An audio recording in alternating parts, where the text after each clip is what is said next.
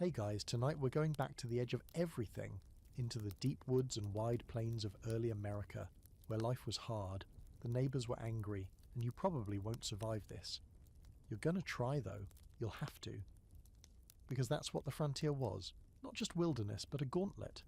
A rolling thunder of danger where every sunrise felt like a dare. So before you get comfortable, take a moment to like the video and subscribe, but only if you genuinely enjoy what I do here. And tell me in the comments, what city are you listening from, and what time is it for you right now? Now dim the lights, maybe turn on a fan for that soft background hum, and let's ease into tonight's journey together. You wake up to the smell of ash and sweat. It's barely light out, not even full dawn yet, and the cold air hanging above the ground smells wrong. You don't know it yet, but this morning will be called the Bloody Morning Scout by the historians who pick through its bones centuries later. For you though, it's just the morning you wish you'd stayed asleep. Your name doesn't matter, not really.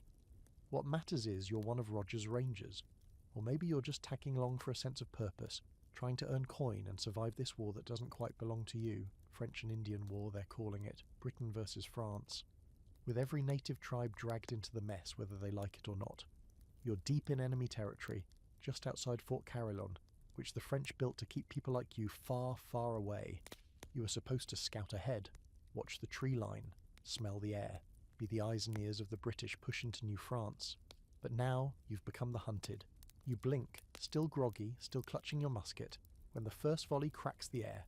No warning, no orders, just gunfire from the trees and the high, eerie whoops of the enemy war cries.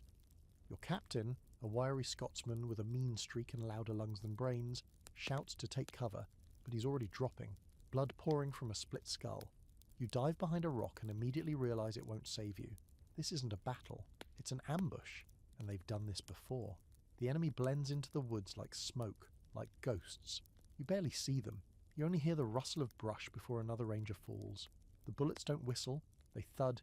You've seen fights before, but never like this. This isn't formation lines and drum rolls. This is chaos. Trees cracking under musket balls, screams swallowed by the wind.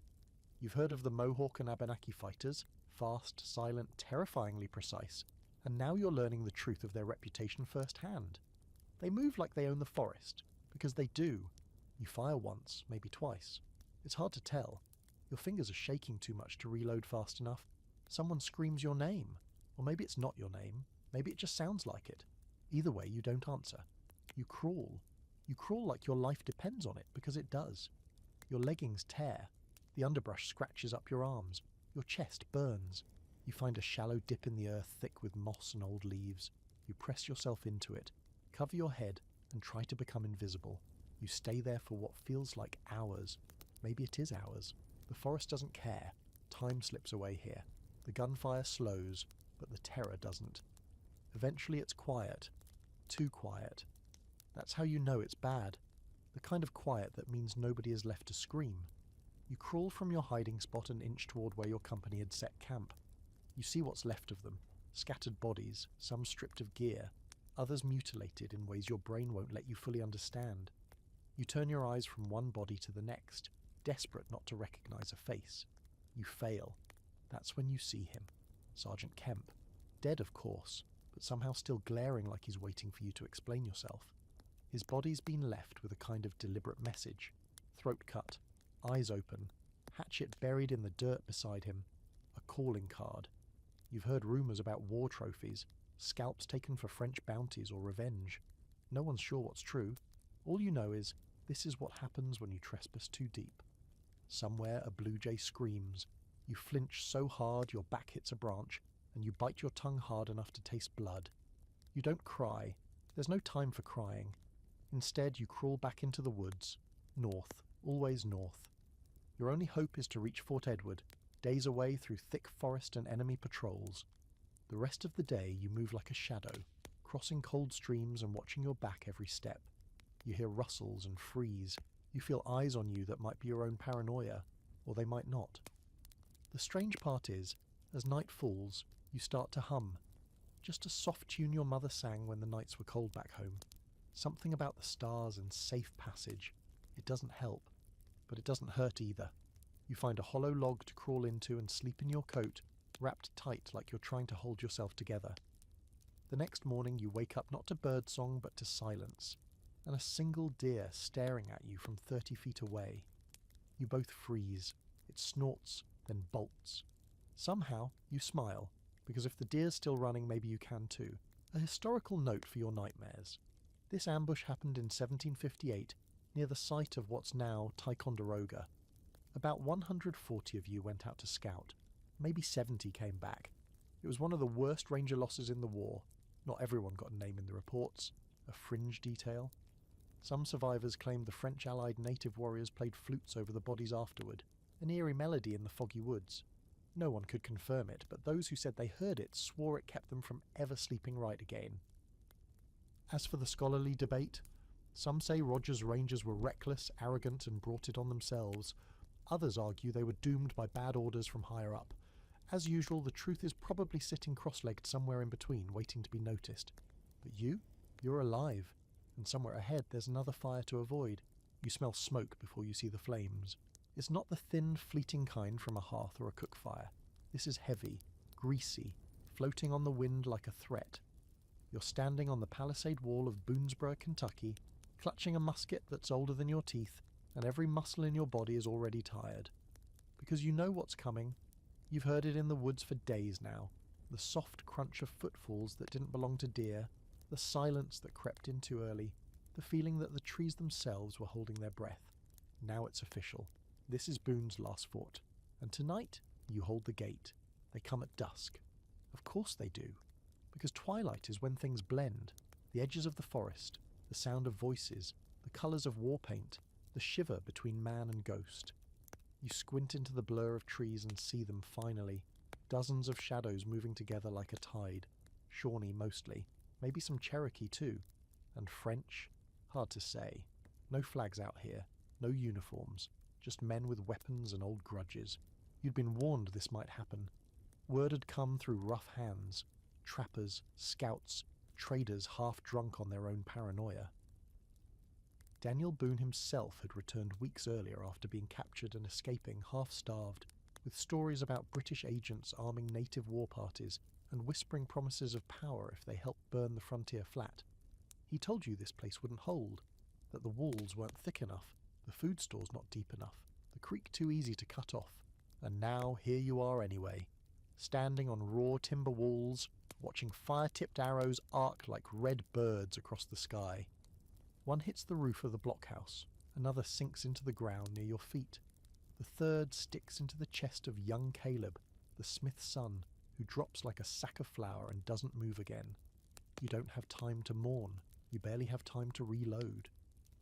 The rhythm of battle takes over.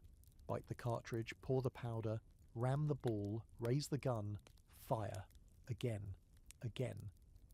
The smell of black powder mixes with burning pine. Inside the fort, children scream. Mothers pull them into cellars and cabins. Someone yells that the livestock are panicking, that the cows are charging the fence. You can't care. You're aiming into the trees, trying to see a target through the smoke. Then the gate shakes. Not gently. This isn't some curious poke. This is a ram, a log, a battering tree, slamming again and again. You can feel it in your knees, in your stomach. You and 4 others rush down the ladder, feet slipping on the blood-slick rungs. You brace the gate with a beam as thick as your thigh and pray it holds. Outside they shout something you don't understand. You catch only the tone, part fury, part celebration. They think they've already won. You don't disagree. The next hour blurs into a nightmare. Arrows burn down half the grain shed. Someone inside the wall starts coughing. Smoke. Panic. Both. The well is running dry. You hear rumours among the women that someone saw Boone himself sneaking out again under cover of night. Maybe to parley. Maybe to run. The man is a myth. Half saviour, half traitor. And all anyone knows is that he walks into the woods and comes back with stories and scars. At one point you're posted on the southern wall when you spot movement in the ravine. A cluster of figures crouched low, trying to work beneath the cover of smoke. You fire and they scatter like birds. One doesn't get back up. You don't look too closely. It's not until just before dawn that the rhythm slows. You're not sure if the enemy's retreating or just reloading. But the forest falls quiet again, temporarily. You sit back against the wall, boots soaked through, face streaked with soot and blood. You hear a baby cry. Someone else throws up. Your heart is still galloping like it hasn't gotten the message that the fight is over, at least for now. The historical truth. This siege went on for 9 days in 1778. 9. It was one of the longest, most grueling attacks on a frontier fort in early American history. And Boonesborough held, but just barely. Boone, the local legend himself, was accused of treason afterward by some of his own men for negotiating too closely with the enemy. He was later acquitted, of course, because who else knew the woods like he did? But even his name couldn't protect him from suspicion. Here's the fringe rumour.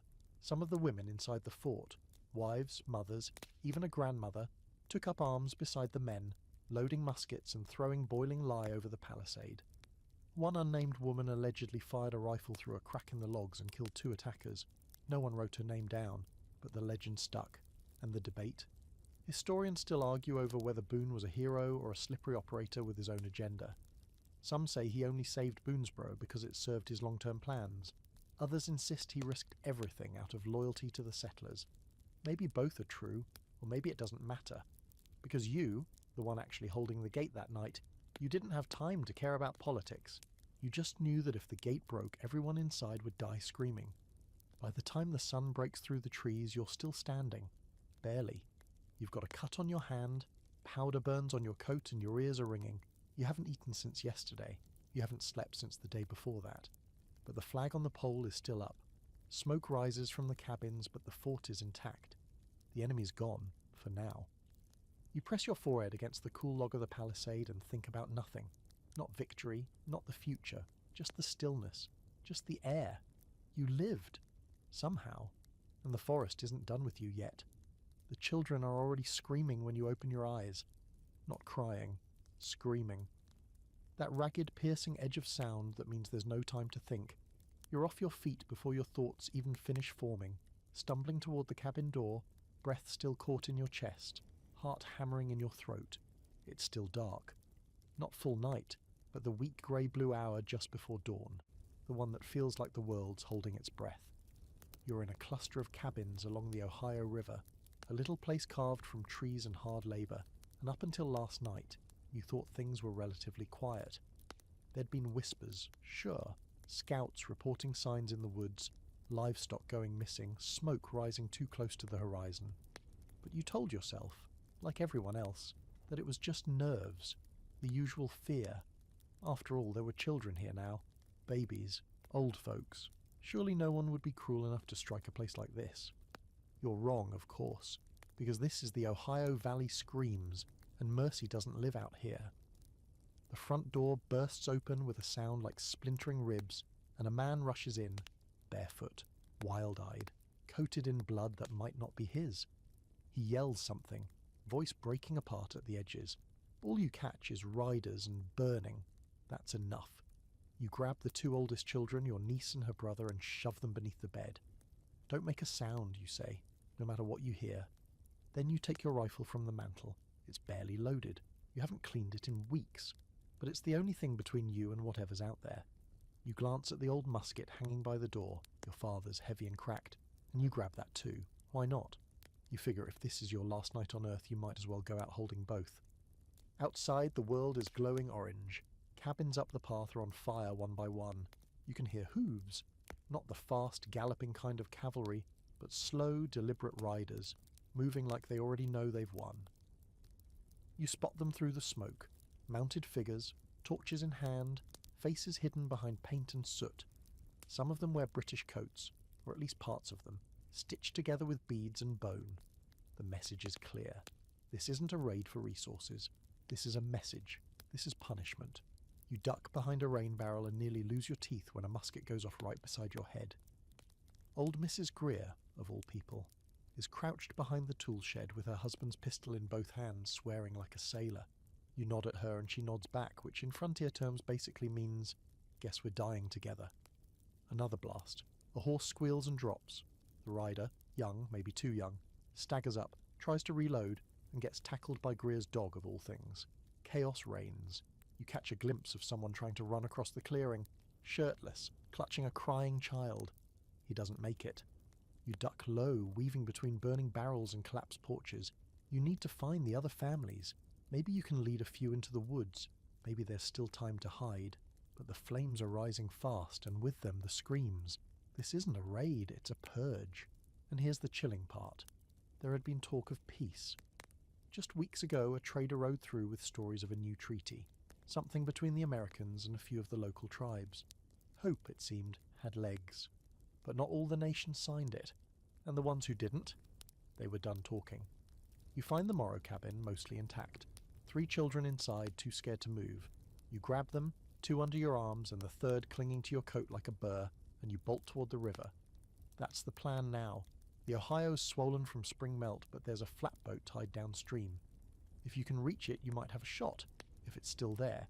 You pass bodies, neighbours, friends, some still moving, others gone silent.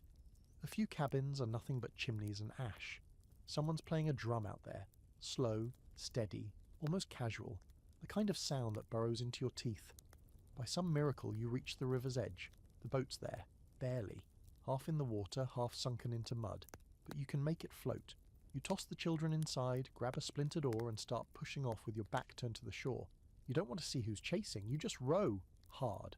Muscles screaming, breath heaving, firelight flickering off the water like the sky's on fire. The boat catches the current. It spins once, nearly throws you overboard. You hunker down with the children, holding them close, murmuring nonsense. Songs, prayers, lies. The wind picks up. The smoke follows, clinging to your clothes, your lungs. By dawn, you're miles downriver. No one speaks for hours. Just the sound of water lapping against wood. You don't know who made it out. Maybe no one. Maybe just you and the children. The oldest girl asks about her mother, and you lie. Because you have to. Historically, attacks like this one occurred up and down the Ohio Valley during the late 1770s and early 1780s, especially as the American Revolution spread into the interior. Settlements were prime targets, isolated, undefended, and often built on contested land. The alliances between native nations, the British, and the rebelling colonies shifted constantly, and often violently. Here's your fringe fact. A few witnesses claimed they saw ghost riders on the ridge, painted men on horses that made no sound, their eyes glowing in the firelight. Later, those stories were chalked up to panic, but the old-timers, the ones who'd survived other raids, said they'd seen them too. Every time, right before the worst hit. And the debate? Some historians argue the settlers were the aggressors, pushing deeper into native territory, violating treaties, and expecting protection they were never promised. Others point to the brutality of these attacks and the involvement of British agents fanning the flames. There's no easy side to pick, just a river full of ash and memory. You lie back in the boat, staring at the smoke curling over the treetops behind you. Your hands are blistered, your shirt is torn, but the children are asleep, curled up like pups, still breathing. You don't know what town you'll drift to, you don't even know if you'll be welcomed, but for now, you're alive, and the screaming is behind you. You don't remember when you stopped trusting the horizon. Used to be, you'd wake up and look toward it with a sense of purpose.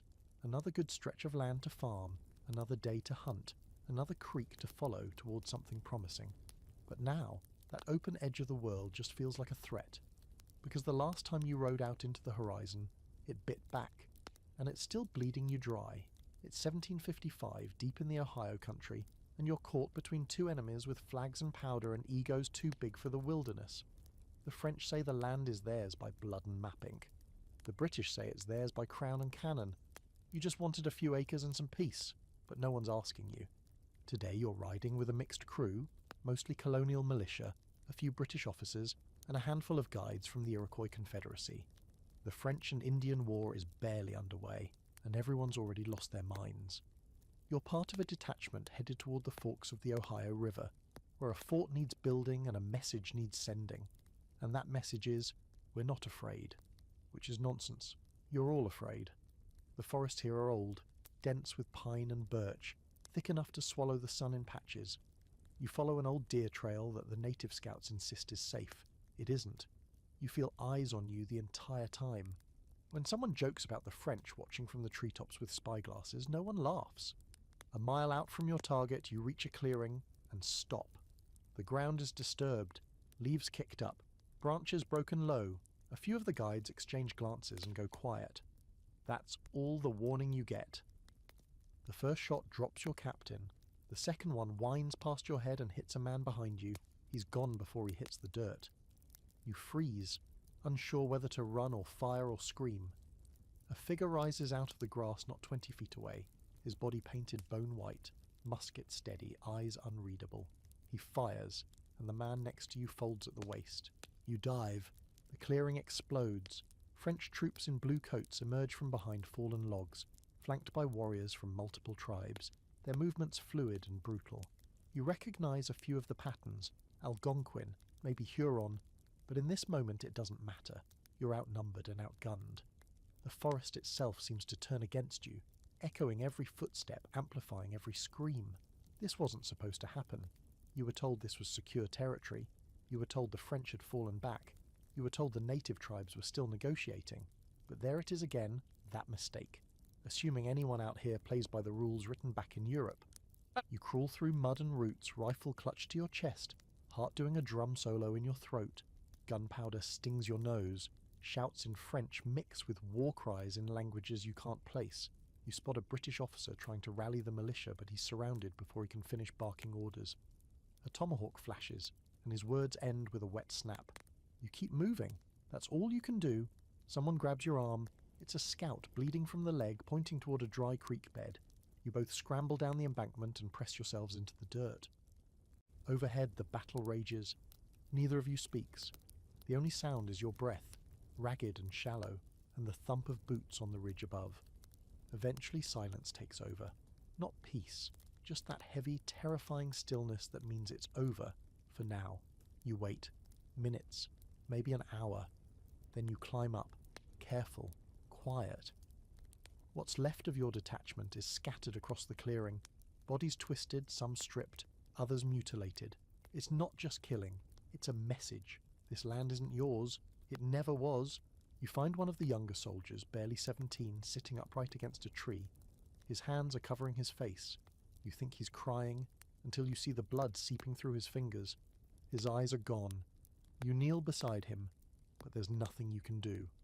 The remaining survivors, 5, maybe 6 of you, move like ghosts back toward the outpost you came from. You don't speak. You don't cry. You just walk. By the time you reach safety, your uniform is torn, your boots are soaked through, and your mind is chewing itself apart. The officers ask for a report. You say one word: slaughter. Historically, what you stumbled into was one of many frontier ambushes in the early days of the French and Indian War. The French were masters of guerrilla tactics here, often with the aid of allied native nations who knew the land like a second skin. British forces, bound by old European strategies, were often caught flat-footed in terrain that didn't care about ranks or lines. Here's a fringe detail. Some survivors claimed the French carried ornate whistles carved from bone, which they used to signal each other through the woods. A few were later recovered, and their exact origin is still debated. Some say they were ceremonial, others say they were just fancy noisemakers from some forgotten fur trader. And the scholarly debate? There's still a mess of it over how much autonomy the native warriors had in these early skirmishes. Were they acting out of loyalty to the French crown, or were they simply using the opportunity to push back against decades of encroachment? Some historians argue they were equal partners in strategy. Others say they were pawns, lethal ones, but pawns nonetheless. The truth, as usual, is tangled in the roots of the forest they fought in. You sit by the fire that night not speaking, not even blinking. One of the other survivors finally says, "It wasn't a battle." You nod. It was a warning. And the worst part? You're not sure anyone will listen. You're already alone when the first shot rings out. Not alone. Technically, your cousin and her 2 boys are somewhere in the woods behind you, gathering berries and trying to pretend that what happened last week didn't, but alone enough. Enough to know no one's coming to help if this goes bad. Enough to know that when a musket fires just beyond the clearing, the only person who'll do anything about it is you. This is Watauga territory. The far edge of it, anyway. One of those wild border zones where maps lie and promises made in council houses vanish with the wind. You've lived out here 5 years now, since your husband vanished on a winter trapping run and left you with a 1-room cabin, 3 chickens, and a deep-rooted distrust of the tree line. Folks call you the widow at Watauga, like it's your job title. But really, you're just a survivor. Which means today, like every day, You have to act like you aren't scared out of your damn mind. You duck low and crawl toward the sound, weaving between stumps and brush, your old hunting musket held close. It's heavy, longer than you are tall, and takes forever to reload, but she's been with you since your wedding day, and she hasn't failed you yet. The clearing is a mess. Smoke hanging like breath in cold air, bodies on the ground, some in homespun, others in paint. One still moving, dragging himself toward a felled log, clutching his stomach like he's trying to keep his insides inside. You recognize him. Jared Evans, local farmhand, quiet, dumb as fence posts but good-hearted. You try to crawl to him, but the second you break cover, you hear the war cry. It's not loud, not one of those bone-chilling yells from the novels. It's sharp, measured, a single bark that tells you someone sees you. You duck back into the brush, stay still, try to breathe without moving your ribs. Across the clearing you catch movement. 2, maybe 3 men, Shawnee by their dress, but you can't be sure. Their faces are streaked with ash and ochre, and they move like wind through the trees, too practiced, too fast. They're searching, not looting, not raiding, hunting. You curse under your breath. This wasn't a full-scale attack. It's a surgical hit, a warning shot dressed as a massacre. You wait until their backs are turned, then inch toward your cabin. Not because you think it's safe, but because of what's inside. Powder, water, and the flintlock pistol you've been keeping under the hearth since last summer. You reach the door just as a shout breaks the air behind you. Someone saw you. You throw the door open, slam it shut, and drop the crossbar. 1 breath. 2. Then the first hatchet hits the outside wall. You move fast, drop to your knees, yank the loose board near the hearth, and pull out the pistol. It's not loaded. Of course it's not. You fumble with the powder, nearly spill it, your fingers stiff from panic. Another blow hits the wall. The cabin shakes. You shout something, you don't even know what. Maybe it's a warning. Maybe it's a curse. Maybe it's your dead husband's name. You raise the musket first, and when the door bursts inward, you fire. The recoil sends you backward. Your ears ring. The room fills with smoke, but one of them falls, hard. The other doesn't even pause. He charges. You grab the poker from beside the fire and swing it wild, connecting with something soft and screaming. The fight spills out into the yard. You're both on the ground now, rolling through mud and pine needles, breath hitching, muscles giving out. You don't win. Not exactly, but you don't die either. Eventually the man stumbles back, bleeding from the face, and vanishes into the trees. You lie there for a long time, staring at the sky. The smell of blood and powder thick in your nose. Your dress is torn, your hands shaking. You don't feel strong. You feel like a cracked doorframe, held up by sheer habit. And then you hear your nephew's voice calling from the woods. He's alive, your cousin too. They saw the smoke and ran. Smart.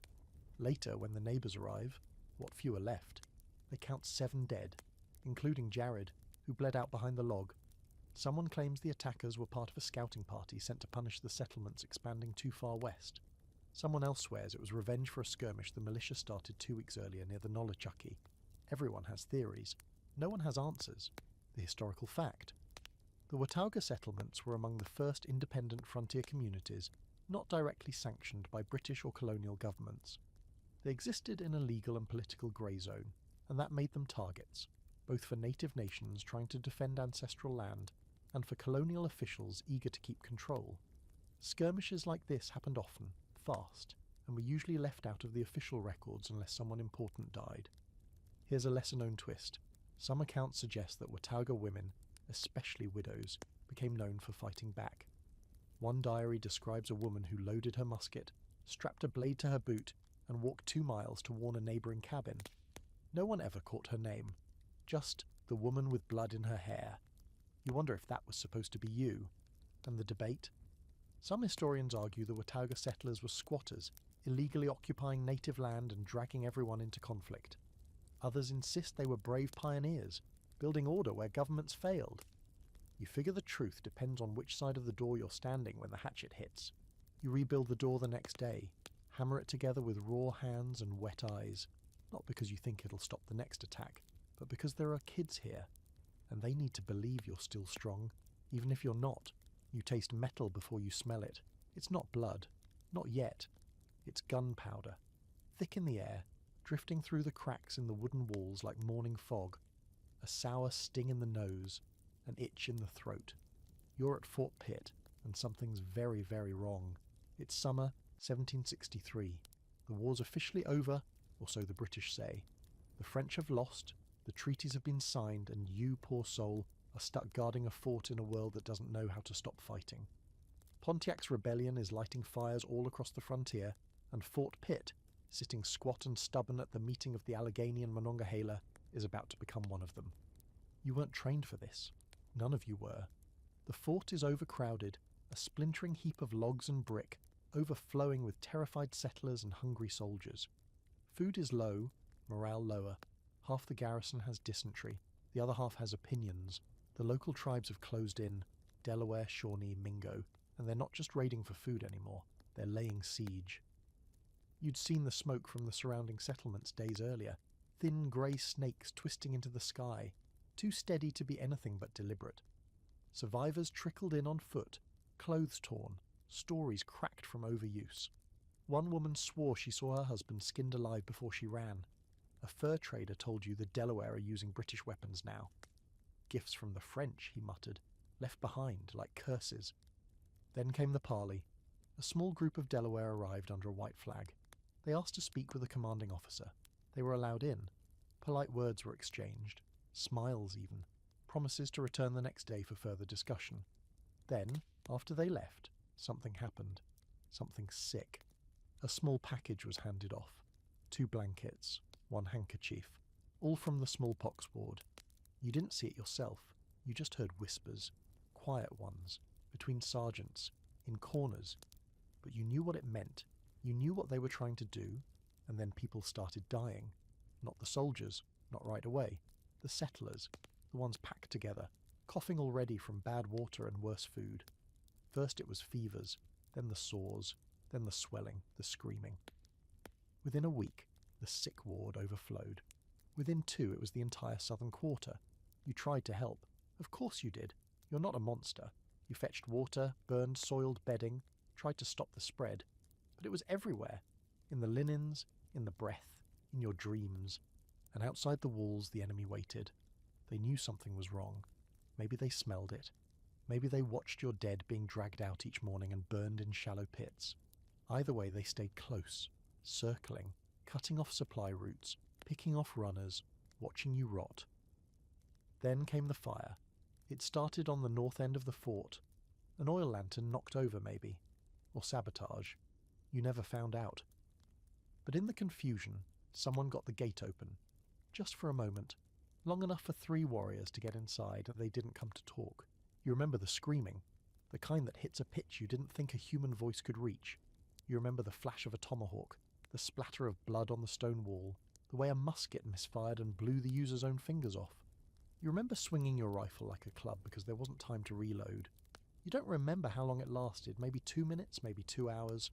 All you know is that when it was over, the bodies lay in pieces and the fire had spread to the barracks. You spent the night carrying buckets, burning your hands, praying, cursing. The usual frontier routine. By dawn, the fire was out, but so were your rations and your will. Here's the brutal historical truth. Fort Pitt was besieged in the summer of 1763 during Pontiac's rebellion. What went down inside wasn't just about war. It was desperation, disease, and moral collapse. The infamous incident with the smallpox blankets. It's not fiction. A letter exists written by a British officer suggesting the act. And while historians debate whether the attempt truly caused an outbreak among native populations, the intent was real, documented, chilling. The fringe detail. Some survivors of the siege claim to have seen glowing figures outside the fort at night. Tall shapes walking through the mist, faces covered, heads bowed. Spirits, they said. Ancestors. Some believed the land itself was trying to reject the violence it had soaked up. Of course, others say it was just fevered minds, burning with guilt. And the debate? Well, some argue Fort Pitt was a necessary holdout, a last stand against an overwhelming rebellion. Others call it a festering symbol of colonial arrogance, built on stolen land and soaked in disease, literally and metaphorically. The smallpox incident remains one of the darkest chapters in American military history, with scholars still arguing over who approved it, who knew about it, and who lived with the consequences. You didn't. Not really. You left the fort weeks later, thin, shaking, face hollow. Not because the siege broke, but because reinforcements finally arrived. The natives faded into the forest like mist, leaving behind their message: you're not welcome. You walked away with the others through a landscape of ash and bones, and for the rest of your life, every time you coughed, you wondered if it had finally caught up to you. Because surviving isn't the same as escaping. Snow crunches beneath your bare feet like broken glass. You stopped feeling your toes miles ago, sometime after the second sunrise, sometime after the weight of your dead neighbour's coat stopped making you feel any warmer. Your hands are tied, loosely now, more ceremonial than secure, and your captors don't look back anymore. They don't need to. They know you'll follow, because you've seen what happens to the ones who don't. This is the aftermath of the raid on Deerfield, 1704, and you are very much not in control of your life anymore. 3 days ago, you were asleep in a sturdy, snow-choked village along the northern edge of Massachusetts.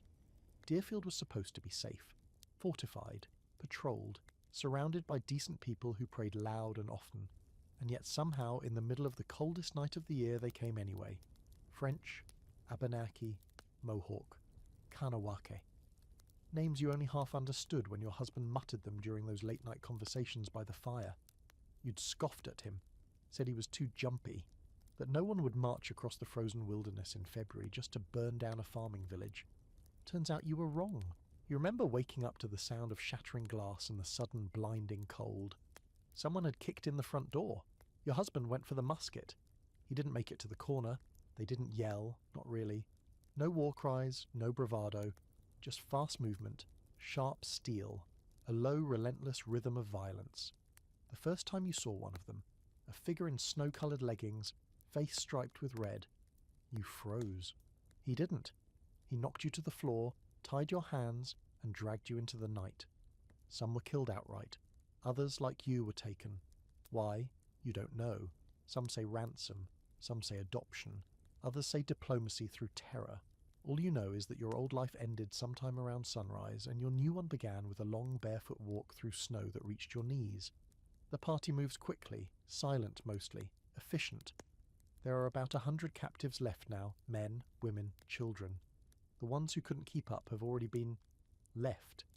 You don't like thinking about what that means. You just keep walking. Every few hours they let you stop. A handful of dried meat passed around. No fire, no talking, just breathing. You try not to look at the other captives. Some of them are already slipping, eyes dull, lips blue. One mother carries her infant against her chest wrapped in a ragged shawl. She hasn't spoken a word since the first day. You don't think the child is alive anymore. On the fourth night, one of the warriors gestures for you to sit beside him. He unties your hands, gives you a scrap of bread and points to the stars. He says a word you don't understand, then looks at you like you should repeat it. You try. He nods. It's the first time anyone's treated you like something other than cargo. Later, you'll learn he lost family in a similar raid years ago. Later, you'll realise that this whole cycle, is just revenge trading hands like a musket passed between generations. But right now you're too tired to care. They lead you north, always north. The terrain shifts. Snow gives way to ice, forests grow thicker, and the silence grows heavier. The captors speak in French and Algonquian dialects. You catch fragments, names, places. Kanawake, Montreal. Words that sound more like stories than destinations. On day 6 you collapse. Your knees give out. Your legs stop listening. You expect a blow, maybe the end. But instead, they stop and wait. One of the younger warriors, barely older than your son, pulls you to your feet and loops your arm over his shoulder. He smells like leather and smoke. His fingers are ice. You walk. Together. And here's the strange, terrible thing. Part of you starts to adapt. You stop flinching at every noise. You learn to tie your own bindings, to chew dried meat slowly so it doesn't crack your teeth. You notice things. The patterns in the snow, the quiet hierarchy among the raiders, the way they treat the elders with something like reverence. It doesn't make sense, not in the world you knew, but this isn't your world anymore. Historically, the Deerfield raid was one of the most infamous attacks of the colonial era. In February 1704, roughly 300 French and native fighters attacked the village, killing 50 and taking over 100 captives. many of whom were marched 300 miles to Canada through deep snow and brutal cold. Some were ransomed back, others were adopted into native communities and chose never to return.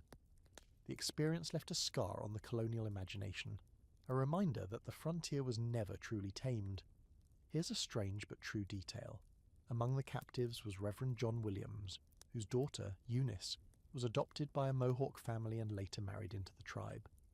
Despite numerous attempts to rescue her, she stayed and refused to return to the Puritan world.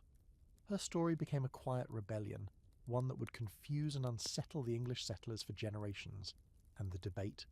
Historians still argue about how to interpret these kinds of events. Were the native nations brutal aggressors or defenders of a land being taken piece by piece? Were the French colonial authorities using indigenous allies, or were they equal partners in a messy shared struggle? Some say the Deerfield captives were victims of cruelty. Others suggest they were caught in a clash of cultures too complex for easy labels. As usual, the truth doesn't come with clean shoes. After 2 weeks you see the river, wide, frozen at the edges, dark in the middle. Across it, tents, smoke from controlled fires, the sounds of singing. You've reached your destination. And whatever happens next, trade, adoption, death, assimilation, it will not be up to you. But here's the thing, you're still breathing, you're still standing, and somehow the snow no longer burns, you wake to heat. Not the comforting kind, like a hearth or a summer breeze through a window. No, this heat claws at your skin, rising up from the floorboards and licking at the edges of your bedroll like it's trying to pull you under. For a moment you think it's a dream, another bad one, you've had plenty. But then you hear it, the crackle, the popping wood, the unmistakable gut-tightening sound of fire. You sit up fast, hit your head on the low beam above you again, and scramble upright, heart already pounding. Outside someone screams, not close, not far, just loud enough to make your ribs clench. You're in Katanning, at least what used to be Katanning. A small but proud village nestled along the Allegheny River, the kind of place where kids play barefoot in the summer and everyone shares the same pot of stew in the winter. You're not a soldier, not a scout, not even one of the warriors who sleep with their bow beside them. You're just here, caught, and this is how it ends. The English have come. It's September 1756, and Katanning, a major Lenape settlement, has been marked. You didn't know that until this moment, though maybe you should have. The English have been pushing harder lately, desperate to reclaim lost ground after the initial embarrassments of the French and Indian War. You'd heard whispers, Pennsylvanian soldiers, burning villages, handing out scalp bounties, but none of it felt real. Not until now. You grab your coat. It's half charred from last night's cook fire, but still better than nothing. You duck out of the longhouse and the night slaps you in the face. Smoke, sparks, shouts, chaos. Figures move like shadows between the flames. You don't know who's who. Friend, foe. It doesn't matter. The air is full of death. You make it 20 paces before the world erupts. Something explodes. Probably the gunpowder stores in one of the storage lodges.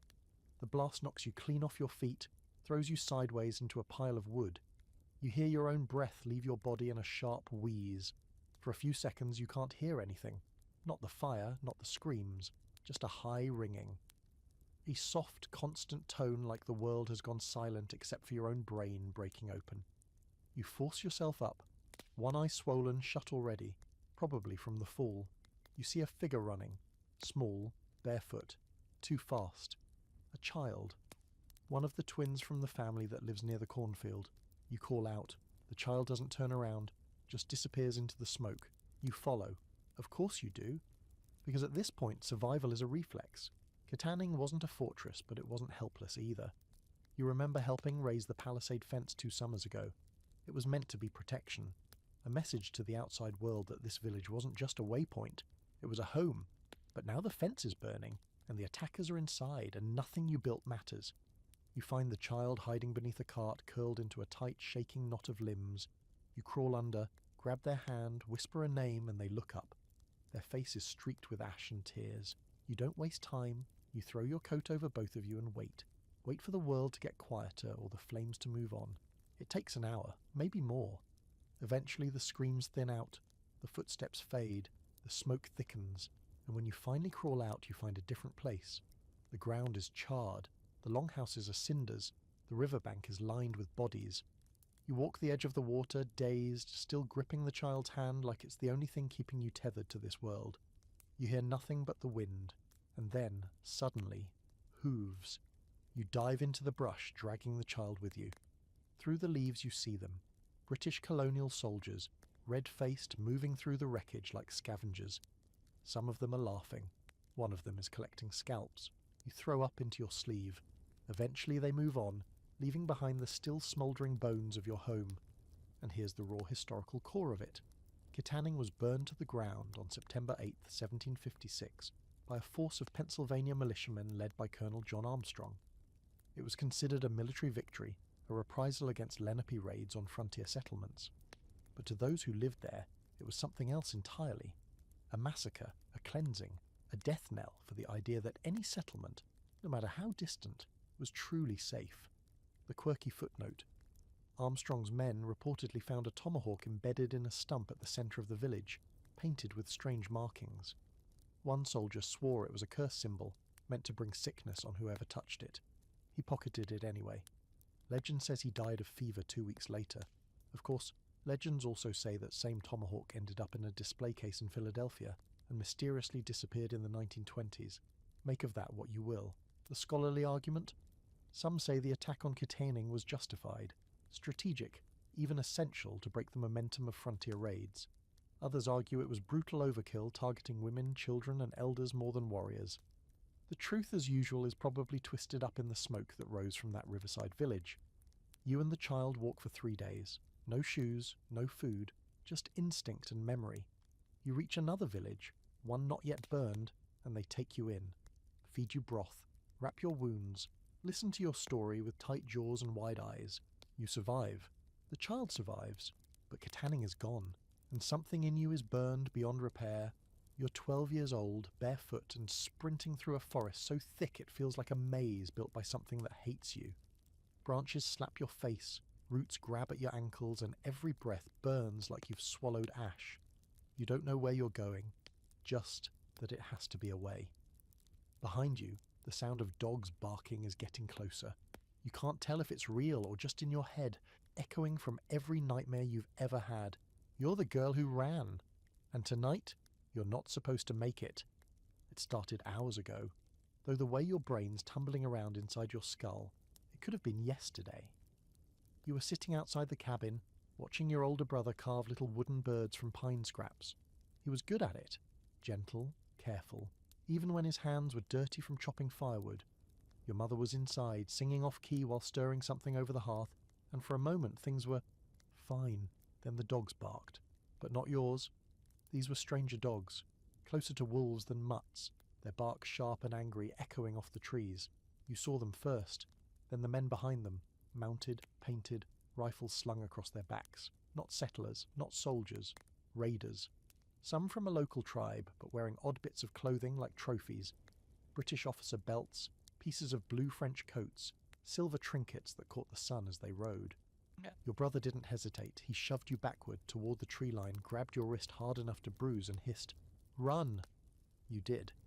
You ran until the sound of gunfire cracked through the air like the sky itself was breaking. You didn't turn around, not even when you thought you heard your mother scream, not even when the air changed, suddenly thick with smoke. Now, here you are, heart thudding, knees bleeding, a dress torn to ribbons by brambles and fear. You don't know how long you've been running. Hours, probably. The sun's gone. The forest is shadow thick. Your stomach's gnawing at itself. Your lips are cracked, but you're alive. That still counts.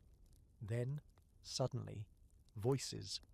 You drop to the ground, flatten yourself against a patch of cold moss and barely breathe. They're speaking English, but it's clipped, accented. Not British, not French. Something else.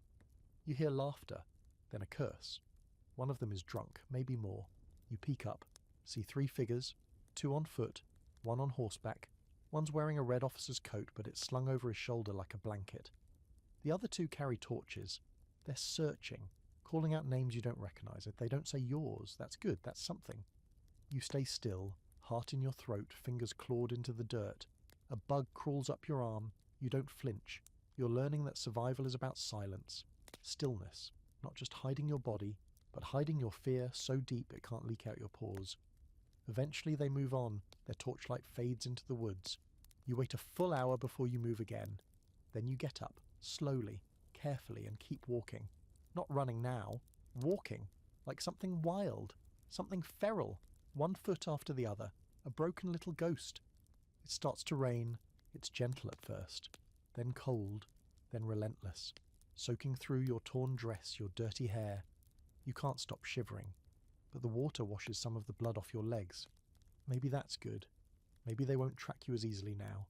You find a hollow tree and crawl inside, curl up, try to sleep. It doesn't work.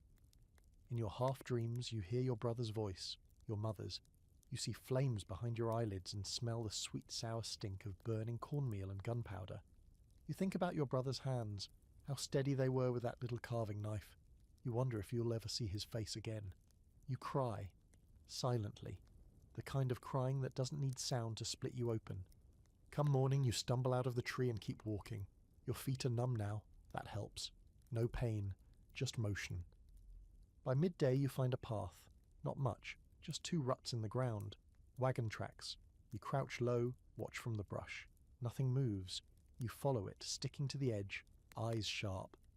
Eventually you see smoke, not wild, not from a burning cabin, but soft, controlled. A chimney, a house, a real one. You don't run to it. You crouch, watch, wait. That's how you survive now. Finally a man steps out, bearded, dirty, but not holding a weapon. A woman follows, holding a baby. She sees you. She doesn't scream. She waves. You don't wave back. You walk slowly, cautiously, like a deer that's been shot at too many times. They take you in, wash your hands, feed you something warm. The woman brushes your hair with fingers that don't tremble. You don't say much. You don't have to. Historically, hundreds of children were orphaned or displaced during the frontier wars, especially in the 1750s and 60s. Some were taken by native groups, some by soldiers. Others just vanished into the woods. Their stories rarely made it into the official records. But now and then, you hear of one, just like you, who made it out, who ran and lived and became someone else entirely. A fringe story. Decades later, settlers told of a girl known only as Wild Meg, a woman who lived alone near the Ohio River, claimed to have survived a raid as a child, and never returned to a normal life. Some said she could walk through the woods without making a sound, that animals followed her, that she didn't speak a word of English anymore. No one knows if she was real. But her cabin stood for nearly a century before it collapsed in a storm. And the debate? Scholars still wrestle with how to frame these child survivors. Were they victims of trauma? Symbols of resilience? Both? Some see them as evidence of cultural erasure, others as testaments to adaptation and grit. The truth probably lives in their silence, in the things they never told anyone. Things you might never say either. You sit by the hearth, eating slow spoonfuls of stew, the warmth finally sinking into your bones. The woman asks if you know your name. You nod, but you don't tell her. Not yet. You're the girl who ran, and you're still running in a way. You hear the screams before you smell the smoke. It's subtle at first, just faint cries muffled by trees and wind. Could be wolves, could be someone laughing too loud on the trail. You tell yourself that, even though you know better. You've been out here long enough to know the difference between joy and terror. One rises and fades, the other lingers. You're about 2 miles out from the cluster of cabins they call Dry Elk Hollow, though there hasn't been an elk sighted in the area since your grandfather's time. It's barely a village, more like a loose scattering of homesteads connected by rutted paths and thin rumours of lore. But it's where you've lived for the last year, trading pelts and smoked meat for candles and news, trying to stay invisible. You've always known it wasn't safe out here, but you didn't think this would happen. Not now, not like this. You slip off the trail and move through the brush, low and fast. A storm is coming, thick clouds rolling in from the north, muting the world in a dull grey hush. Your boots squelch in the wet earth. You've got one flintlock and a rusted belt knife that you never really learned how to use properly. But it's all you have, so you move with it like it matters. As you crest the ridge overlooking the hollow, the smell hits. Not just smoke, but blood, scorched wood, burning hair. The whole valley is a nightmare unfurling in slow motion. The largest cabin, Gideon's place, is already engulfed. Flames roar through the roof like the building itself is howling. You spot 2 bodies out front, twisted in the snow, one of them still clutching a shovel. You don't let your eyes linger. There's movement near the coop. 3 figures crouched low. One of them kicks in the henhouse door and drags something out. Small, thrashing, screaming. A child. You grip your rifle tighter, body turning to ice. You could run. That thought's always there, like an open door at the edge of your mind. But if you do, they'll all die. Or worse, if they haven't already. So you do something stupid. You move toward them. You angle around the ridge, stick to the low creek bed, and inch your way behind the old smokehouse. From here, you can see the full scope of it. Maybe 8 attackers, 2 with muskets, the rest carrying blades, clubs, and torches. You recognize the dress. This isn't a random war party. This is targeted, coordinated retribution. Maybe Dry Elk Hollow crossed a line they didn't even know existed. You count to 10, then move. You find the edge of the split rail fence and take your shot. One of the torchbearers drops instantly. The others turn, startled, but not panicked. These are practiced men. They've done this before. You duck, reload, crawl. The child is gone, carried away into the trees by one of the raiders. You can't follow, not yet. Another settler, Marla, bursts out from her cabin with a hatchet in one hand and fire in her eyes. She doesn't make it 3 steps before a musket ball stops her cold. By now, the snow is stained red and black. Screams echo off the hills. You take another shot, wound a man in the leg. You hear him cry out in a language you don't understand and watch as he slams his fist into the snow, angry more than afraid. They pull back, slowly. They've done what they came to do. Burned, stolen, bloodied. A warning left behind in the ash. You wait, still crouched behind the fence, teeth chattering. The storm rolls in with full force now, rain turning to sleet, steam rising from the scorched ground. You finally move when the quiet becomes unbearable. You don't recognize some of the bodies, others you know too well. The blacksmith's apprentice, throat slit beside the forge. Old May, half buried under a collapsed wall. And then you find her, Rachel, the midwife. The only person in this corner of the woods who knew how to splint a leg or fix a breached birth. She's alive, barely. Curled up near the well, coughing blood. She grabs your wrist with surprising strength and says just 3 words. They took her. You know who she means, little Hattie, 8 years old. Red curls and a mouth like a sailor. She used to sneak extra firewood to Rachel in the winter. She was supposed to be safe. You spend the next day tracking. Sleet soaks you to the bone. Your hands bleed. But you find prints. One small, one large. You follow them deep into the pines, over frozen creeks, under branches that claw at your coat. You don't find them that day, or the next, but you don't stop. Historically, raids like this were heartbreakingly common along the outer frontier during the French and Indian War. Settlements that strayed just a little too far west, too isolated, too proud, often found themselves surrounded and wiped out overnight. News would travel slow, if at all, and by the time colonial militias responded, the attackers were long gone. Here's a detail you won't find in most textbooks. Many of these attacks weren't random. They were payback for broken treaties, for stolen land, for families slain in earlier conflicts and never acknowledged.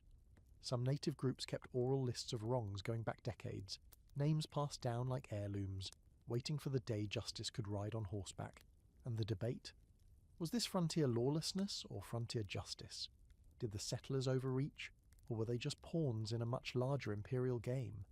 Some scholars argue these attacks were driven by native resistance to colonial expansion. Others insist they were fueled by chaos, fueled by manipulation from European powers. The line between defense and revenge has always been thin out here. You never do rebuild your cabin. Instead, you take to the woods, sleeping under branches, tracking shadows. You become something else, something in between what you were and what you'll have to be now. Because the frontier doesn't just change you, it swallows you. And today you didn't get swallowed. Not yet. You're lying flat in a haystack and everything smells like smoke, sweat, and fear. The straw's sharp against your back, jabbing through your shirt like tiny needles. But you don't dare move, not even to scratch the itch building behind your ear. Outside, the sky glows the colour of molten metal. Not sunrise, not sunset. Fire. You shouldn't be here. You should be anywhere else. You were supposed to leave yesterday. Your uncle had the wagon packed, the mule hitched, and everything tied down tight. The plan was simple. Get out of the Wyoming Valley before things went south. You'd heard the rumours, just like everyone else. How the Iroquois had finally chosen sides. How the British were sending loyalists through the hills with muskets and promises of land. How the Americans, your neighbours, were digging shallow trenches and calling them defences. You'd even said it yourself. This place won't hold. But the wheel broke. The mule panicked. The river swelled just enough to keep you trapped for one more day. And now the valley is burning. You hear them before you see them. Boots crunching gravel, steel brushing against branches, voices too calm for what's happening. They're talking like it's business, casual, like they're walking through a field of corn and not a field of corpses. You press deeper into the hay. You're in the loft of what used to be a small barn, tucked behind a stone house near the edge of 40 Fort. The family that lived here, gone, maybe dead, maybe ran. You didn't see.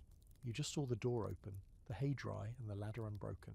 So here you are, in the middle of the Battle of Wyoming, July 3rd, 1778. Or, more accurately, the Wyoming Massacre, as folks will call it later. It started earlier that afternoon. You were just outside the fort gathering water when the alarm bells clanged like a struck anvil. Everyone shouted at once. Muskets were passed down the line like bread at a poor man's table. You saw old men loading powder with shaking hands, teenage boys holding rifles longer than they were tall, and women trying to quiet their children with whispered prayers. Then the noise came, musket fire, quick and brutal, rolling like thunder down the valley. The defenders, outnumbered and undertrained, barely held a line. You saw Captain Bidlack fall with a hole in his chest the size of a fist, saw others run, slip in blood, vanish into the smoke. You ran too, into the woods, into the barn, into this pile of hay, praying you didn't sneeze. Outside, a scream cuts through the air as it's short, cut off, too final. You bite down on your knuckles. Hard. You remember your mother telling you once that if you stay still enough, danger passes you by. Like a deer in the woods, like a fox in a storm. But this storm has teeth. The voices pass, fade. Silence returns. Not peace, just absence. The kind that presses on your chest and whispers that you're the only one left. Eventually the glow fades too. The fire dies out as ash replaces flame. You crawl out of the haystack slowly, joints stiff, mouth dry. The ladder creaks beneath you. You flinch. Nothing moves. Outside, the world looks dead. The house is gutted, blackened beams sagging like tired arms. The fields are scorched. Bodies litter the dirt path, twisted into shapes that don't belong in nature. You step around them like broken furniture. You see the fort in the distance, smoke rising, gates open, but no sounds, no movement. You walk toward it, feet dragging, nerves buzzing. What you find inside the walls will haunt you. The survivors, what few remain, are silent, glassy-eyed, sitting against stone walls like sacks of grain. Some are wounded, most are not, just empty. One woman is rocking something in her arms. It takes you a moment to realize the blanket is empty. You don't speak. You don't ask. You just sit down and wait for morning. Here's the cold, historical fact. During the Battle of Wyoming, British Loyalist forces, led by Major John Butler, joined with about 400 Iroquois warriors to attack the American militia defending the valley. The defenders were poorly organized and vastly outnumbered. What followed was not just defeat, but slaughter. Reports claim as many as 300 were killed in the field, and during the retreat, many without mercy. The massacre title stuck thanks to the stories that followed. Tales of prisoners tortured, bodies mutilated, homes set alight with families still inside. Some of it was propaganda, fueled by American outrage, but much of it had truth behind it. The valley became a ghost, a scar, a fringe story. In the years after, settlers claimed the valley was cursed. Horses wouldn't graze near certain trees. Crops failed in regular cycles. One woman said she saw a line of shadowy figures walking the ridge at twilight every July 3rd, their faces blurred, their hands empty. And the debate? Was it a massacre or a military defeat? Some argue the American militia knew the risks, walked into a trap and lost fair and square. Others say the brutality of the aftermath erased any pretense of honour. One side calls it war, the other calls it butchery. The only thing everyone agrees on? It changed the valley forever. You stay in the ruins for 3 days. You help bury the bodies. You sew wounds you don't know how to heal. And when it's time to leave, you don't head home. You don't have one. You just follow the river and disappear into the woods, another ghost in a valley full of them. The silence is heavier than the hunger. You sit in the corner of the blockhouse with your back against the cold wall, knees drawn up, arms wrapped tight, trying not to shiver because shivering wastes energy, and you can't afford to lose any more of that. No one here can. The last full meal you had was 9 days ago, and even that was just a chunk of mouldy cornbread and a bit of deer fat someone traded for a strip of clean cloth. Outside, the wind howls, not the playful kind that rattles a shutter. This one groans through the cracks in the palisade like it's alive. It's been howling for a week straight, dragging the scent of death and desperation into every corner of the fort. You've stopped smelling it now. You just live inside it. This is Fort Henry, the second one, built stronger than the first after it was burned years ago. You were told it wouldn't fall, that its thick logs and stone corners could hold off anything, that you'd be safe here. And then the siege came. It started quiet. A few shots from the woods. A trader not returning. Then one morning the sky was full of arrows, and the world snapped like a trap. You were outside when it began, hauling buckets from the well. The first scream hit like a hammer. You ran for the gate and slipped through just before it slammed shut behind you. A boy wasn't as lucky. You still hear the sound of it. The thud, the cry, the silence. There are about 40 of you inside now. Families, soldiers, a preacher who hasn't spoken in 2 days. You've eaten almost everything. The grain, the livestock, even the boiled hides of old shoes. There's talk of breaking into the powder stores to make one last stand. There's also talk of surrender. No one says it loud. Not yet. The thing is, you're not even sure who's out there. Everyone assumes it's a coalition. Shawnee, Mingo, maybe Wyandotte. Some say there are French with them, guiding the siege. Others swear they saw uniforms that looked British. But it's all smoke and fear. No one knows. All you know is that they've kept the fort surrounded for over a week. No one goes in, no one comes out. And then there's the water problem. The well is outside the walls. Great planning, so now you're thirsty, like marrow thirsty. You've licked frost off beams, drank what little rain collected in broken bowls. One of the women gave her child urine to sip 2 nights ago. No one blamed her. No one said a word. On the 7th day, someone volunteers, 17 years old, Elizabeth. Small, fast, wiry. She offers to run to the well and back under cover of darkness. Everyone protests. She insists. She says, "I'd rather die running than rot in this box." You believe her? She goes out just before dawn, wrapped in a cloak too big for her, barefoot, silent. You all wait, holding your breath, counting the seconds. She comes back. Somehow, she comes back. Soaking wet, mud-streaked, with 3 full buckets and a face that looks like it's been dipped in ice water. She doesn't speak, just collapses, grinning, and everyone cheers like it's a miracle. It is a miracle. The next day, she does it again, and again. By the 4th time, the enemy catches on. The morning is shattered by a scream and the sound of gunfire. You rush to the parapet and see her down near the well, crawling. One leg bent wrong. A shape emerges from the woods. Someone tall, moving with terrifying patience. Then a shot. From the fort. She lives. Barely. You drag her back, both her and the buckets soaked red. She'll never walk again. But she saved you all. For now. That night you hear drums. Slow, steady, mocking. They beat for hours. You try to sleep. You fail. Here's the historical note. Fort Henry, in what is now Wheeling, West Virginia, was besieged multiple times during the Revolutionary War, most famously in 1782.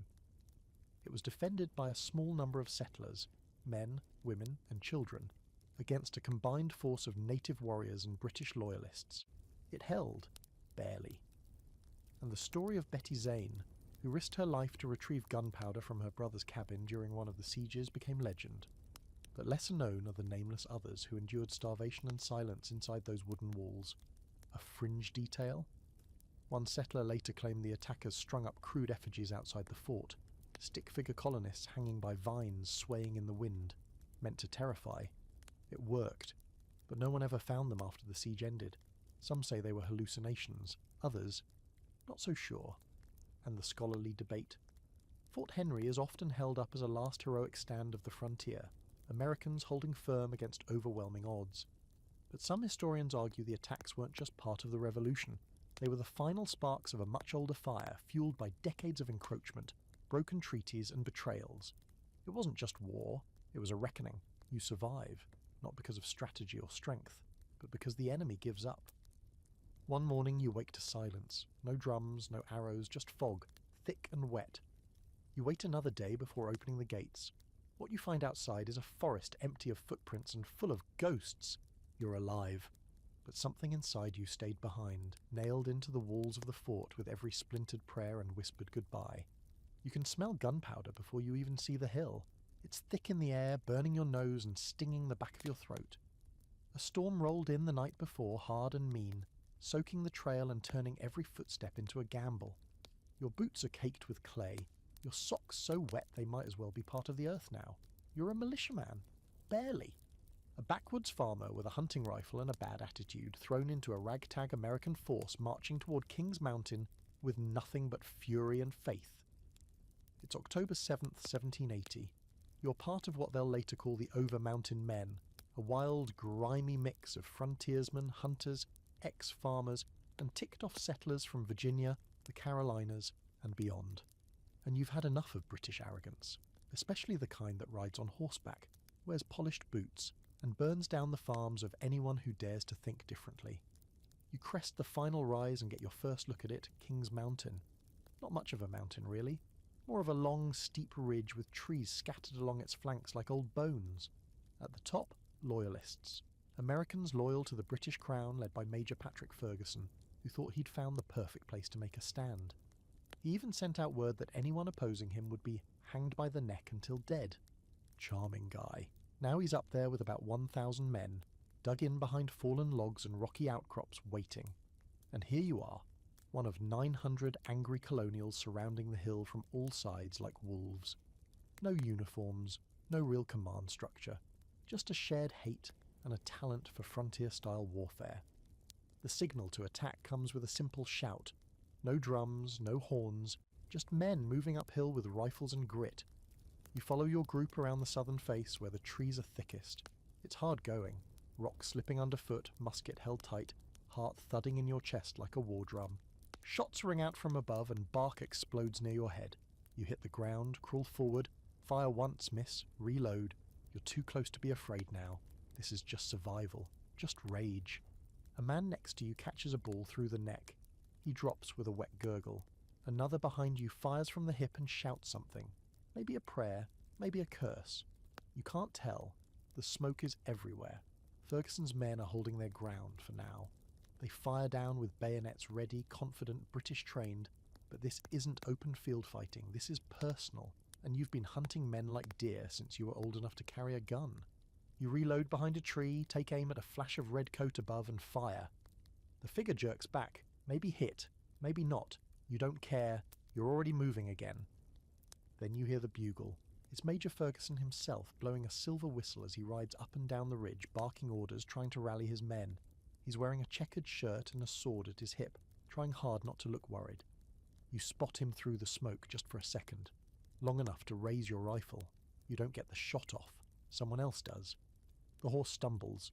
Ferguson falls, and suddenly it changes. The Loyalists crack, like ice on a spring river, all at once. The line folds. Screams echo down the slope. Men throw down their weapons, raise their hands. Some try to flee. Others keep fighting. The Americans don't stop. Not right away. You chase them up the ridge, past the rocks, the bodies, the blood. At the top, the air is thick with smoke and something else. Rage. A deep, ugly current that no one can shut off. Some of your men are shooting those who surrender. Others are screaming for the friends and brothers they lost to Loyalist raids. It's chaos.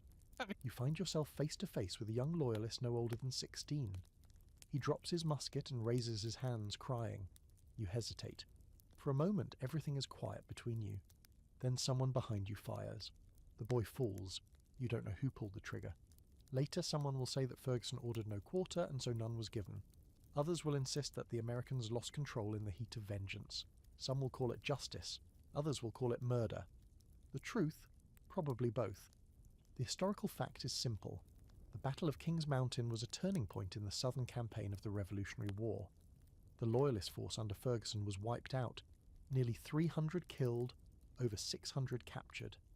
The Americans lost fewer than 30. It was swift, brutal, and entirely fought by Americans on both sides, brother against brother. The fringe detail? Ferguson was reportedly shot 8 times before falling. Some accounts say his body was mutilated after death, stripped, looted, buried in a shallow grave. One story claims a group of Cherokee scouts found his corpse later and performed a ceremony over it, honouring him as a worthy enemy. There's no proof, just whispers. And the debate?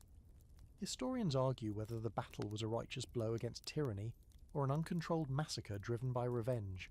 Some say it saved the Southern cause. Others say it deepened the wounds of a divided nation, especially in the backcountry where loyalties were as tangled as the roots of an old oak. You stand at the top of the hill as the smoke clears. Your clothes are torn, your knuckles raw, your throat dry. Around you, the dead lie in heaps. The trees sway gently, as if to cover their eyes. Someone hands you a flask. You drink. You don't taste it. You survive the hornet's nest. You're not sure who you are now, but you know one thing. The war didn't end on this hill, it just learned a new shape. The blow lands, and for a second, everything disappears. The sound, the light, even the pain. It's all just gone, like the world itself paused to breathe in. You feel your knees buckle before your brain catches up. Your hands reach for something, maybe the air, maybe the ground, maybe your own name, but it's already slipping. And then comes the pain, rushing in like a flood, sharp, hot, nauseating. You don't know what hit you, you don't even know where you are, just that your head is bleeding and someone is screaming. Wait, that's you. You're on the edge of a trading path near the Kanawha River, and about 10 minutes ago you thought you were just going to check your traps, maybe snare a few rabbits, then head back to your cabin for salted pork and a nap. Now, your traps are somewhere behind you, your rifle is lost in the brush, and your skull feels like it's been split open by a thunderclap. You've been taken, or at least you're in the process of being taken. They move fast, your attackers, silent but precise, like men who've done this before. One grabs your legs, the other your arms. You flail weakly. One of them smacks your ribs with the butt of a musket, and your body goes limp like it's decided to cooperate without consulting you. They drag you into the woods away from the trail. You try to memorize landmarks, trees, turns. It's hopeless. Blood's in your eyes. Your ears are ringing. Your brain keeps hiccuping. Eventually they stop, drop you like a sack of potatoes and start speaking to each other in low tones. You catch a few words. English. Not much, but enough to know this isn't just a native raiding party. There's something else going on here. You're caught between cultures, languages, wars, again. One of them, the younger one, leans down and examines your face. His hand hovers over the wound on your head. He hesitates, then presses a wad of moss against it. You wince. He shushes you, oddly gentle. You realize he doesn't want you dead. Not yet. Hours pass, maybe days. They keep you tied and half-fed. Some of the time you're on your feet, other times slung over a horse like a sack of corn. Your head throbs, your wrists burn, your mouth is dry. You stop trying to guess where they're taking you and just focus on staying upright. You pass through deep woods, across rivers, along ridge lines that seem to go on forever. One night they build a fire, share roasted cornmeal and something bitter from a flask. You pretend to sleep. Their laughter is low and strange, without joy, just noise. The next day you fall. It's not dramatic, just your body giving out. The older man grunts. He raises his tomahawk, not to kill, but to scare. The blade is slick with mud and time, and it hovers above you like a second moon. You meet his eyes. He lowers it, then kneels, lifts your head, and pours a sip of water into your mouth. You don't thank him. You want to hate them. You try to hate them, but it's not so simple. They're not monsters, just men doing what men do when the world makes them desperate. Eventually you reach a larger camp. Dozens of people, some painted for war, others wrapped in ragged British coats or with old medals pinned to their tunics like souvenirs. A woman with hard eyes and a twisted ankle limps past you without blinking. Children stare. One old man calls out in a dialect you don't understand. No one answers. You're paraded into the centre of camp and tied to a post. Someone brings a bowl of something grey and warm. You eat it. You don't ask questions. Then for 2 days nothing happens. You're left in the shade, loosely bound, watched but not tormented. People come and go. No one tells you anything. You start to wonder, was this a kidnapping for ransom, or revenge, or are you just cargo, a footnote? On the third day, you're brought before a council fire. There are 7 of them, elders, warriors, a white man with a ragged coat and the accent of a Boston merchant. They speak over you, not to you, like you're a bundle of firewood or a particularly ugly horse. One word keeps coming up: exchange. Eventually you figure it out. You're a trade, a chip, something to be swapped for prisoners held by the Americans, or maybe just information. You've become a unit of value. You sit there, quietly, as they argue about your fate like it's a weather report. Then the youngest warrior, the one who bandaged your head, says something, soft. You don't catch it, but the mood shifts, heads nod. You're taken back to your lean-to. That night, he returns. He doesn't speak at first, just sits beside you, tossing small rocks into the fire. Finally he says, "My brother died last winter. Your army shot him. He wasn't even fighting." You nod. You don't know what else to do. He looks at you. "You remind me of him." Stupid face. You laugh. Can't help it. He smiles too. Then he unties your hands and walks away. The next day you're released. No ceremony, no explanation. Just handed your pack and pointed south. You walk for days. Eventually you find a trail, then a fort, then a doctor who stitches your head and tells you you're lucky to be alive. You don't feel lucky. You just feel different. Here's your historical backbone. Stories like this happened more often than people think. During the frontier wars, especially during the Revolutionary period, captures were common. Not always for torture or execution, sometimes for trade, sometimes for integration, sometimes for reasons no one ever wrote down. One moment you were a settler, the next you were a bargaining chip, a ghost, a story someone else would tell badly, a fringe fact. One captured frontiersman claimed he was given a new name, a wife, and a small patch of land before being traded back 3 years later. He never went home. Instead, he lived alone near the Susquehanna, refusing to speak to anyone about what happened. And the scholarly debate? Are captives victims or witnesses? Were they used, or were they offered something different? Another way to live. Some embraced their new lives. Others returned forever changed, strangers to their old homes. History struggles to categorize them. Maybe it shouldn't. You touch the scab on your head, run your fingers along the scar, you don't talk about it much. But sometimes, you wake up in the middle of the night thinking about a boy with sad eyes and a quiet laugh, and a tomahawk he never used. You're chewing on your own belt, not because you lost a bet or because you're some kind of fashion-craving lunatic. No, because it's boiled, and it's the only thing that remotely resembles food anymore. It's tough, tastes like bitter smoke and dirt, but it keeps your stomach from folding in on itself like it's been threatening to do for the past 4 days.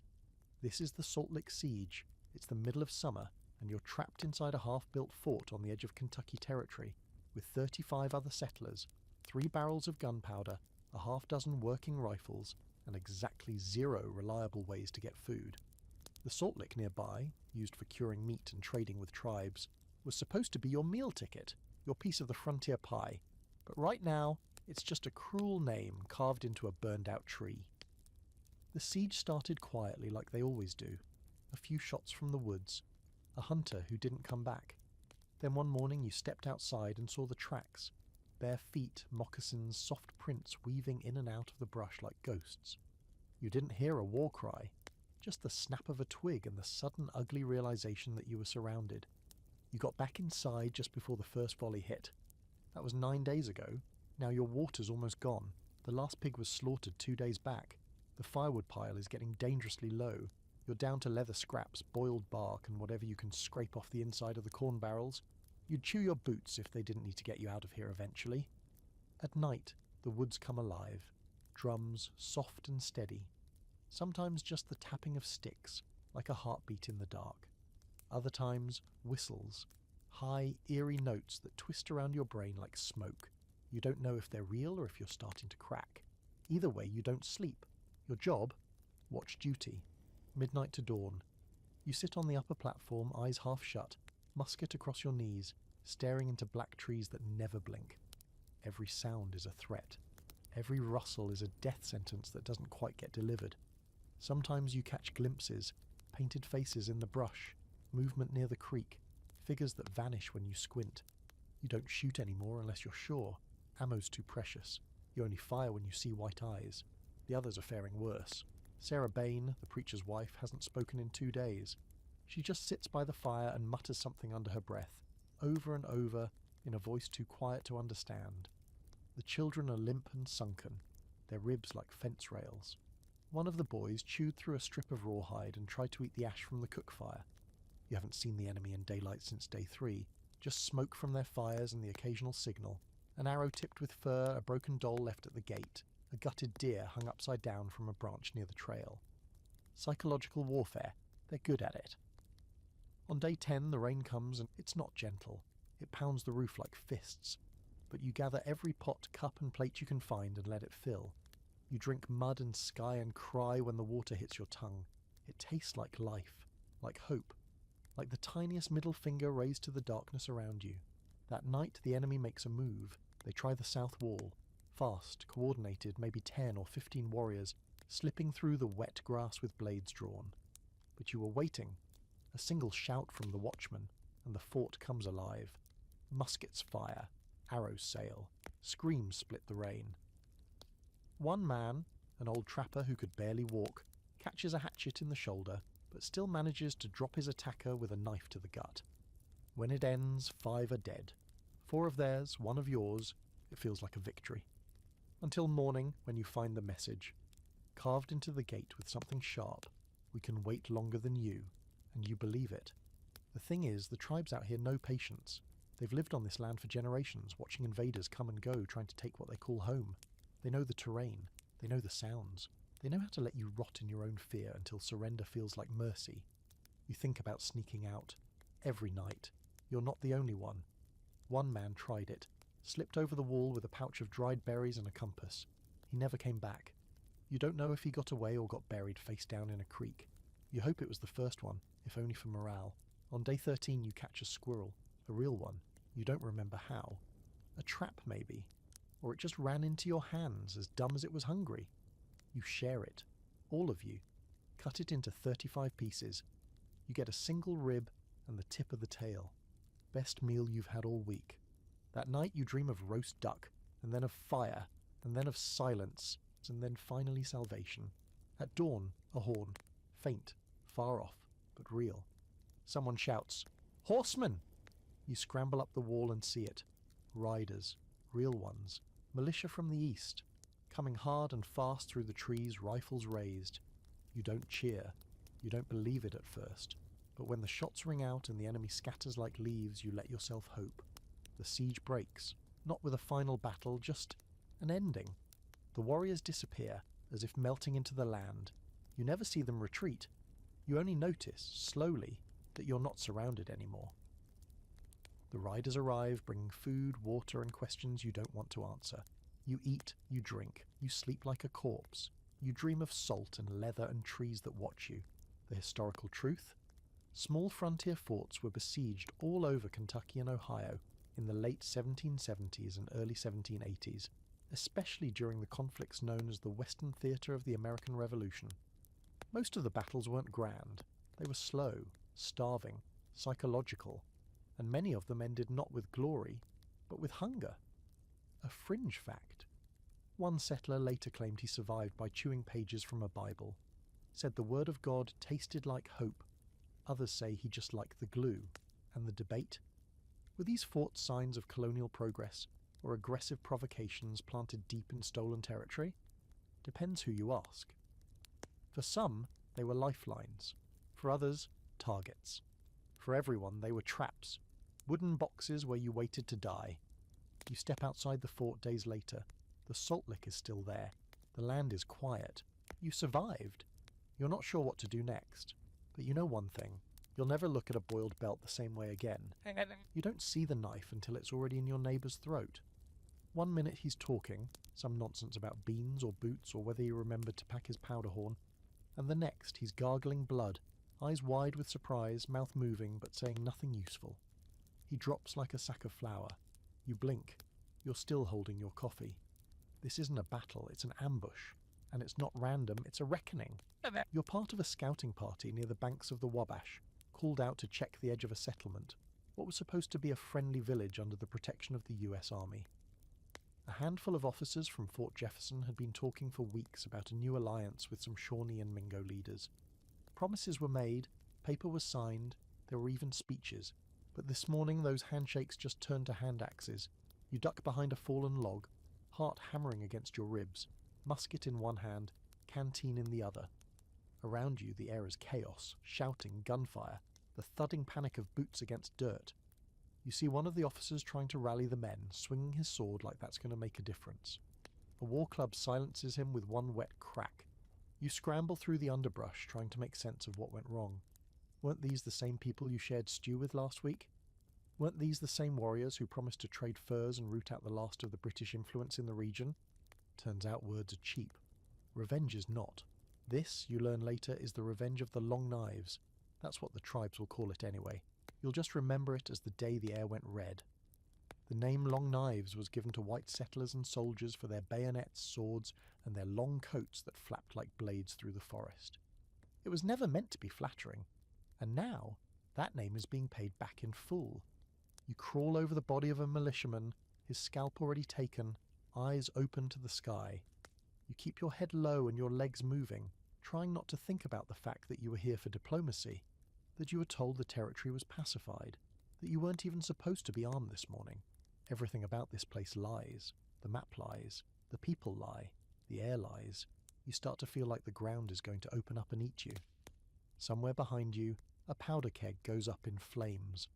The blast shudders through the forest like a thunderclap, and something lands near your face. A piece of bone, small and curved. A jaw, maybe. You don't look closer. You make it to the tree line and throw yourself behind a downed pine, breathing hard, covered in mud, blood and smoke. You reload by feel, hands shaking, powder spilling. You want to run, but you know better. You've seen what happens to runners. They're the first ones to get caught, the first ones to get skinned. No, you're going to wait. Watch. Then move. You can't afford panic. Not now. 10 minutes pass. Maybe more. The noise begins to fade. Not because it's over. Just because most of your party is dead. That's when you spot them. 3 warriors moving through the aftermath, checking for survivors. Not looting, just finishing. You stay down, not breathing, not thinking.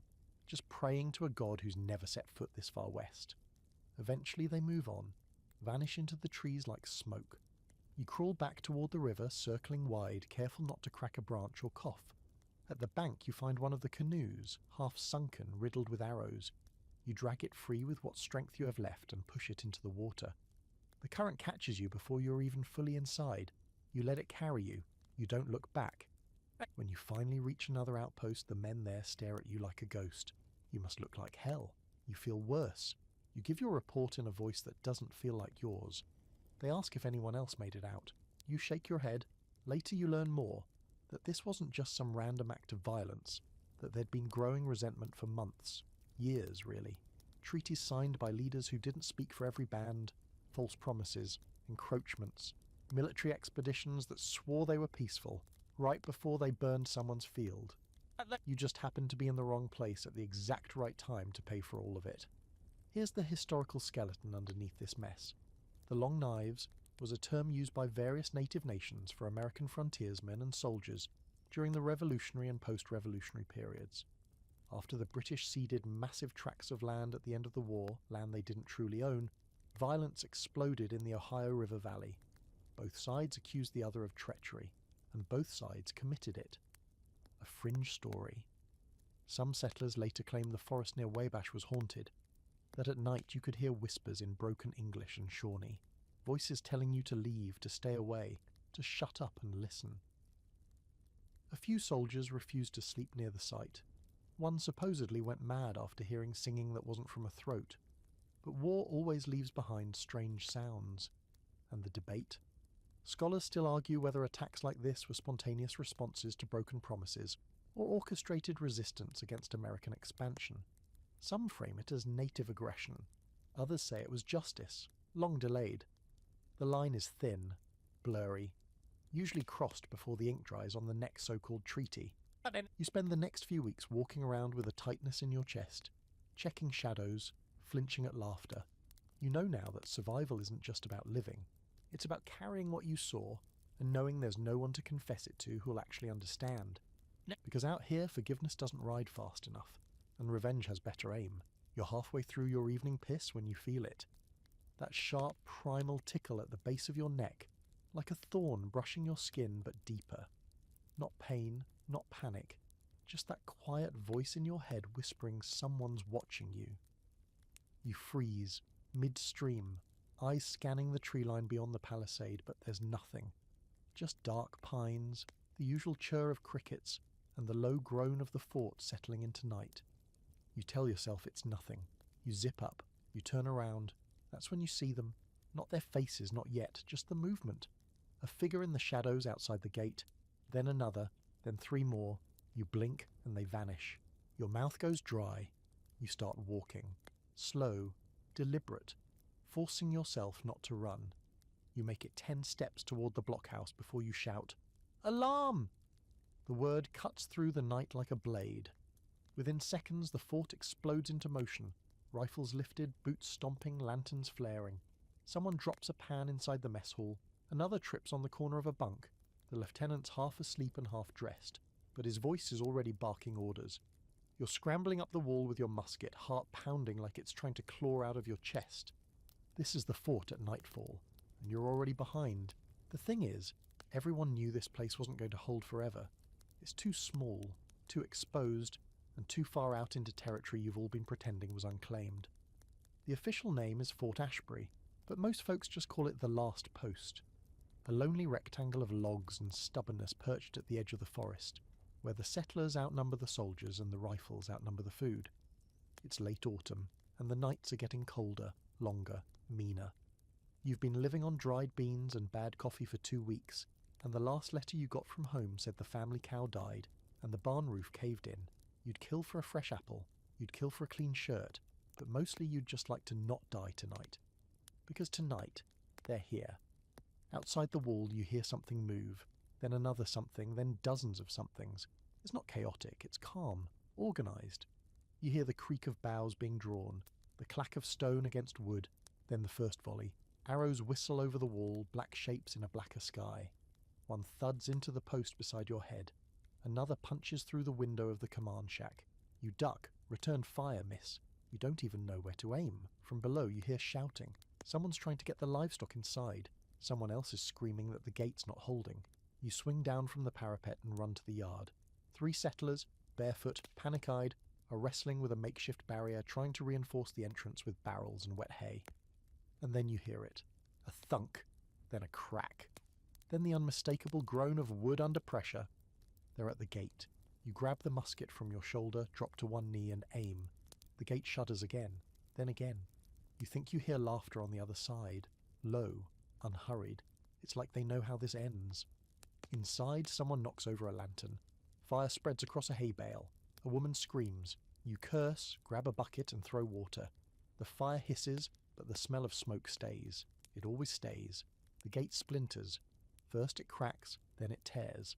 A section the size of a barrel blows inward, and the first attacker steps through. He's tall, painted in streaks of black and red, eyes shining with something that's not rage, but focus. The kind of focus you can't shake. He's not yelling. He's not charging. He just moves. You fire. He drops. Another takes his place, and just like that the wall breaks. The next few minutes aren't clear, just flashes. You firing blindly from the corner of a wagon. Someone shouting your name, or maybe not. A settler swinging a hammer like a club, blood dripping from his ear. A horse panicking, rearing, smashing its own leg on the fence post. The smell of sweat and smoke and copper. Then quiet, then gunfire again, then running, then stillness. When it's over, half the fort is gone, burned or broken. The gate hangs limp. The livestock are dead or scattered. You count 8 settlers and 5 soldiers still standing. More than you expected, fewer than you'd hoped. And yet, somehow, you're still here. You sit against the well and try not to vomit. Someone hands you a canteen. You drink. It tastes like ash. You don't care. And later, while cleaning your musket, you find a carved token in the dirt just outside the breach. A flat piece of wood etched with a symbol you don't recognize. You pocket it without thinking. You won't show it to anyone. Here's the historical core. Small frontier forts like Ashbury, fictional or otherwise, were scattered across the western edge of the colonies and the early US territories, often isolated, poorly supplied, and manned by a mix of military, militia, and settlers. These outposts saw more than their share of nighttime assaults and near starvations. Many were wiped out completely. Others hung on by a thread. A fringe detail? Some journals from the period describe nighttime attacks that involved strange flute-like instruments, played by the enemy, soft and steady, before the arrows flew. Psychological warfare, or maybe a warning. One survivor claimed he never heard music again without ducking for cover. And the debate? Some historians say these forts were doomed by poor planning and overconfidence, symbols of a colonial system too eager to plant flags in land they didn't understand. Others argue they were heroic last stands, proof of endurance and human stubbornness. Maybe they were both. What you know is this: the sun is rising and you're still breathing. You stare at the tree line and wonder who's out there watching now. Because even though the enemy's gone, the forest hasn't moved, and neither have you. They come at noon, which is wrong, right? That's not how these things are supposed to go. You were raised to believe that death prefers the early morning, or midnight, or maybe sometime just after dusk when the light slips through the trees in that weird, sad way that makes shadows stretch like ghosts. But this is broad daylight. You can feel the sun baking through your hat, sweat creeping down your spine, and still, the silence has that same charged edge you've learned to fear. That hush before the crack, like the sky itself is holding its breath. You're on patrol duty near a river bend. Just a routine sweep, they said. Just make sure the trail is clear for the supply wagons coming in from the east. You've done this exact route so many times you could walk it with your eyes closed. Which is exactly what they were counting on. You don't even realise they've circled you until it's too late. One minute you're walking beside your partner Wilson, swapping lazy stories about dry biscuits and whether wild hogs are part devil. The next, he's gone. Just gone. No sound, no warning. You look to your left and there's nothing but leaves, crushed brush and a rifle lying across a boot that's still twitching. Then you hear the click and it's behind you. You spin, raise your weapon, and see them. 3 riders in full cavalry gear, but not your cavalry. Not the dusty, half-drunk dragoons from your side of the lines. These men are too clean, too still. Their sabres shine like mirrors. Their horses barely twitch. And those blue uniforms. They're Union blue, but the kind that's been altered. Buttons swapped for beads, sleeves frayed, pieces of buckskin added like trophies. You realise then, these aren't standard troops. They're scouts, hybrids, men who've been riding the borderlands for too long, soldiers who've blended into the terrain until the terrain started whispering back. You don't move, neither do they. Then the lead rider raises his hand and gives you a choice. He doesn't say anything, just lifts 2 fingers. One points toward the path behind you, the way back to camp, the other toward the river. You should run, but your feet are stupid. You just stand there, squinting into the light, heart rattling around like a rock in a canteen. The one on the right leans forward and whispers something. The leader nods, then they charge. You don't remember firing, but your rifle jerks in your hands. You smell powder, feel the kick, hear the rush of hoofbeats like thunder over dry leaves. You dive into the brush, roll, scramble to your knees. Another sabre flashes past your shoulder, so close you can feel the air cut. You run. Not back to camp, not toward the river. You run sideways, into the trees, into the unknown, because it's the only direction that doesn't already have death galloping through it. You crash through underbrush, leap a fallen log, nearly eat dirt as your foot catches a root. Behind you, hoofbeats scatter. Someone shouts your name, or maybe it just sounds like your name. You don't turn around, you just run. Eventually the forest thickens. The trees get closer, younger. The trail disappears, the hoofbeats fade. You drop to your knees behind a mossy rock and breathe so hard you think your lungs might burst. You try to listen for movement. Nothing. 10 minutes pass, then 20, then an hour. Still nothing. You walk back slowly, terrified of what you'll find. Wilson's still there, but he's not whole. You bury what's left of him with your hands, just enough dirt to keep the flies off. You whisper a half prayer, more apology than blessing. Then you take what's left of your rations and head back toward camp. You don't talk for 3 days. Eventually the lieutenant pulls you aside and demands an explanation. You try to tell him about the riders, the uniforms, the gesture, the choice. He nods, but you can see it in his eyes. He doesn't believe you. He thinks you panicked, that you ran, that maybe you're not the reliable scout they thought. You don't care, because later that night you spot a mark carved into one of the fence posts just outside camp. Not fresh, not old either. A circle with 2 vertical lines through it, exactly like the gesture the rider made. No one knows what it means, but you do. Historically, incidents like this, the weird, quiet attacks in the no man's land between army lines, were common during the latter years of the Revolutionary War and well into the War of 1812, especially in the contested territories along the frontier, where allegiances blurred and units went rogue. Many of these bands operated with minimal oversight, using their uniforms as bait and their silence as a weapon. A fringe detail? Some scouts and soldiers believed certain cavalry units were cursed or guided by spirits. There are scattered reports of soldiers encountering enemies who vanished mid-pursuit or whose footprints simply stopped mid-trail. One 1810 journal mentions riders with silver eyes, seen just before a string of mysterious disappearances. The entry ends with the sentence, "They don't speak, they just choose." And the scholarly debate? These irregular bands are hard to categorize. Some say they were simply deserters turned mercenaries. Others suggest they were used unofficially by commanders for missions too dirty to sanction. And some historians believe these accounts are exaggerated, warped by trauma and fear. Ghost stories in uniform. You never see the riders again, but you hear them. Sometimes just before noon, when the sun is high and the trail seems too quiet, you hear hooves, not galloping, just waiting. The prairie wind dies 5 minutes before the first smoke rises. You notice it while hauling water from the creek, a strange stillness that falls over the grass like a held breath. No rustle, no sway. Even the crickets go silent, as if they've all simultaneously agreed to step back and watch what's about to happen. You pause, bucket in hand, heart thumping louder than it should for a quiet afternoon. The silence feels wrong, not peaceful, ominous. You turn slowly, eyes scanning the horizon. Nothing at first, just golden grass stretching to forever, and the familiar silhouette of your small homestead on the rise. One room, sod roof, makeshift corral out back. You squint toward the northwest, where the sun is leaning low and the air has that late summer shimmer to it. That's when you see it. A thin black thread curling up from the earth like a question mark. You blink, then a second wisp appears, then a third. You drop the bucket and run. By the time you crest the hill and reach the house, the first curls of smoke are already licking the sky behind you. It's not your land burning, yet, but it's close, too close. You throw open the cabin door and shout for everyone to move. Your wife grabs the baby. Your oldest, Annie, freezes, staring out the window with a slack-jawed expression that makes your stomach twist.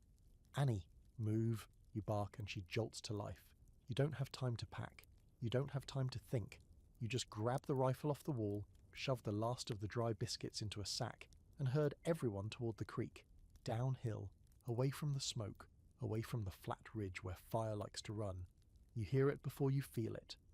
A crackling roar, like the snapping of 10,000 bones at once. Then the scent hits. Acrid, greasy, unmistakable. This isn't a brush fire.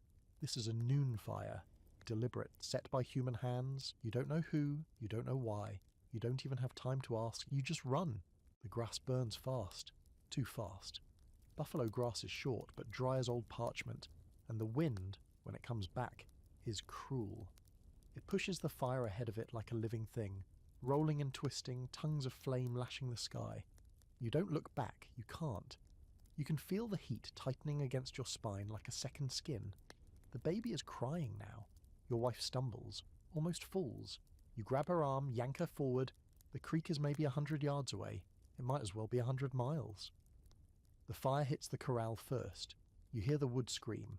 The horses, God, the horses, panic and bolt. One breaks through the fence and gallops blind toward the horizon, its mane already catching fire. You force yourself not to follow it with your eyes. When you reach the creek, you shove your family into the muddy water without a word.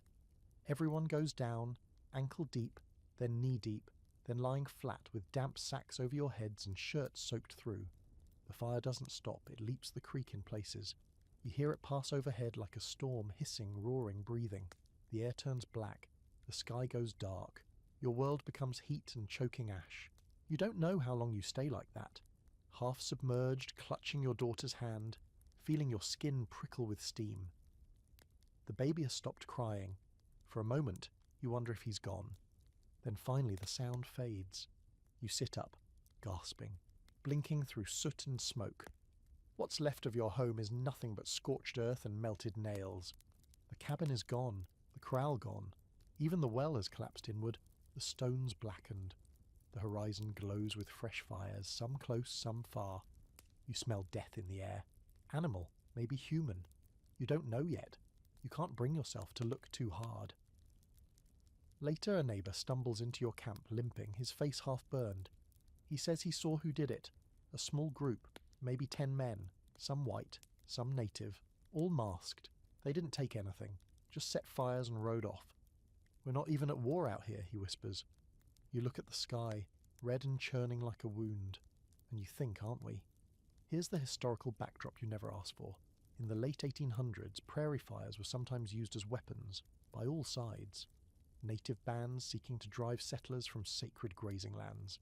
Settlers retaliating against tribes they blamed for raids, whether true or not. And yes, even by rogue militias and vigilantes wanting to settle old scores with smoke. A fringe fact. Some claimed that certain men, fire riders they were called, could read the wind like a map. They knew how to burn a field without getting singed, how to circle a settlement with flames so tightly no one made it out. Whether that's true or not, no one ever found a living fire rider to ask. And the debate? It's a quiet one. Few historians like to touch it. Some insist these fires were spontaneous, born from lightning strikes and carelessness. Others say it was sabotage, a hidden war within the bigger wars. The evidence is scattered, half buried under centuries of wind and forgetting. But you remember. You build a new shelter weeks later, a dugout carved into a hill near the creek. It's small, cramped, ugly, but it won't burn. You don't go back up the hill anymore. You leave the ruin of your old home to the grass. Annie won't speak. Your wife hums to the baby in a low, cracked voice. You sit by the water each night, staring at the smoke that still curls on the distant ridges. And every time the wind dies, your heart seizes. Because now you know, fire doesn't always wait for darkness. Sometimes it comes when you're wide awake, drinking coffee, talking about boots. Sometimes it comes at noon. The blood trail is fresh. You don't have to be a hunter to tell. It glistens along the roots and rocks like melted rubies, smeared here and there where someone stumbled or tried to hide. It's not a clean line. It wavers, crosses back on itself, vanishes for a few steps, then reappears with a bright, wet insistence that pulls you forward even though your gut is screaming to turn around. You didn't sign up for this.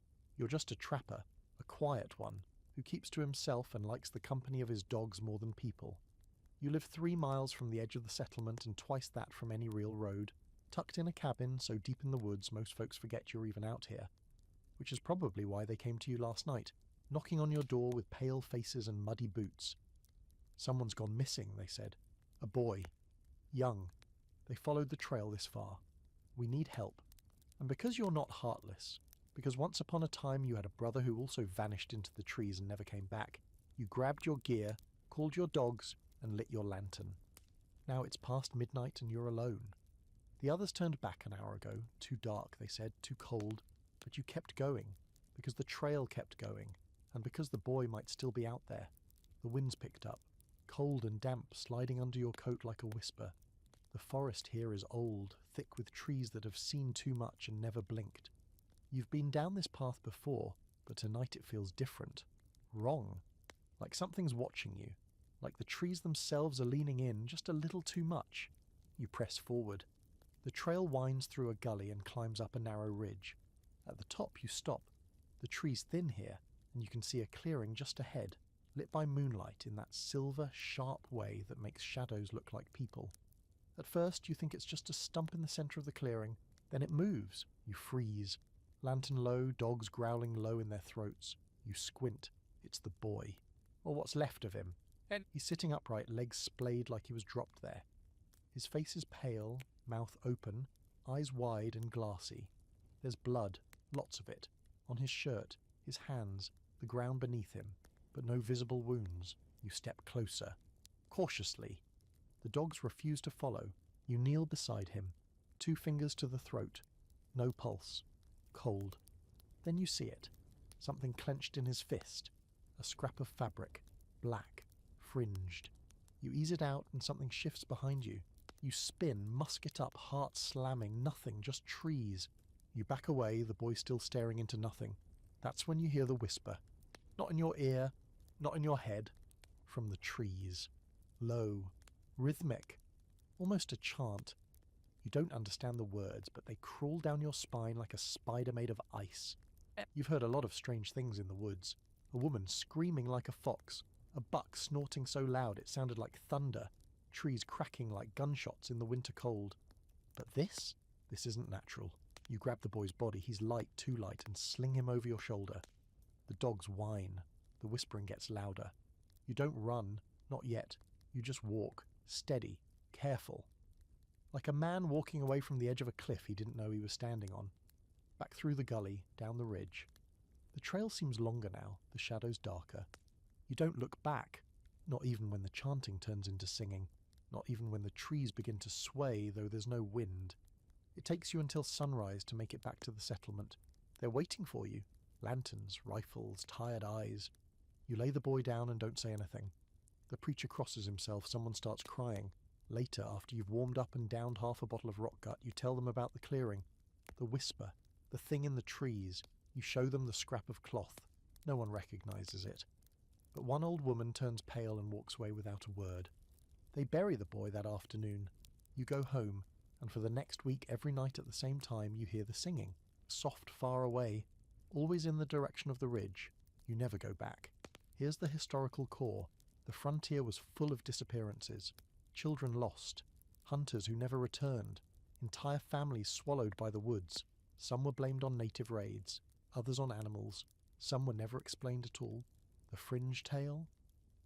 In the Ohio Valley, stories persisted of the Whispering Woods, a patch of forest where people heard voices not tied to any language they knew. Some said it was spirits. Others swore it was the land itself remembering. One trapper in 1791 claimed he followed a blood trail into those trees and came out 4 days later with no memory and a coin in his pocket that didn't match any known currency. And the debate? Is this folklore, trauma, or something in between? Some historians argue these stories were just frontier stress made mythic, exhausted minds cracking under hunger and fear. Others think it's how people processed real horrors, murder, disease, starvation. Some don't want to explain it at all. You just know you were there. And when the wind shifts just right, even now, years later, you still hear the faint hum. Still feel that pull in your bones. The boy's name was Jonah. You never told anyone this, but when you leaned close that night to pick him up, you think he was whispering back. You dig your own grave at dawn, not the full 6 feet. You're not that ambitious. Just a shallow hollow beneath a fallen tree, deep enough to lay flat in, low enough to vanish into the earth. You pat leaves over your body, tuck your braid inside your collar, and smear river mud across your face until your skin stings. Then you wait. They'll come by mid-morning, you can feel it. The bruises along your ribs ache with each breath, but you keep still. Stillness is survival. Stillness is the only thing you have left. Your name is Polly Shine, and last night you faked your own death. It wasn't your plan. You had other plans, like making it through 1 more year as a scout for the Continental Army, like saving enough coin to buy your mother a decent coffin back in Virginia. But those dreams burned up along with the bridge at Tullahoma Crossing, where your unit got ambushed by a war party that didn't care about uniforms, flags, or declarations of independence. They hit hard and fast, ambushing the column from both sides. Your horse went down in the first volley. You don't remember falling, just the air being ripped out of your lungs and the world spinning sideways. When you came to, there was smoke, bodies, screams, and silence. You crawled out from under a dead man's legs. He was still warm. Rifle in one hand, you limped into the woods, head bleeding, shoes gone. You knew they'd circle back to check for stragglers. They always did. And you were too slow to outrun them. So you left a trail. Blood, fabric, broken twigs. Then you built your grave. That was 7 hours ago. Now you hear them. 2 riders dismounting not 20 feet away. They speak in a tongue you recognize but don't understand, Shawnee maybe, or mixed dialect. One of them walks close. Too close. You can smell the ash on his coat. You feel the leaves shift under his boots. He stops. Silence. Then he spits. Right on your hiding place. You don't flinch. He grunts. Moves on. 10 minutes pass, maybe 20, then you move. Not fast, not far, just enough to ease the blood back into your limbs. Your fingers are numb, but your brain is hot, alert.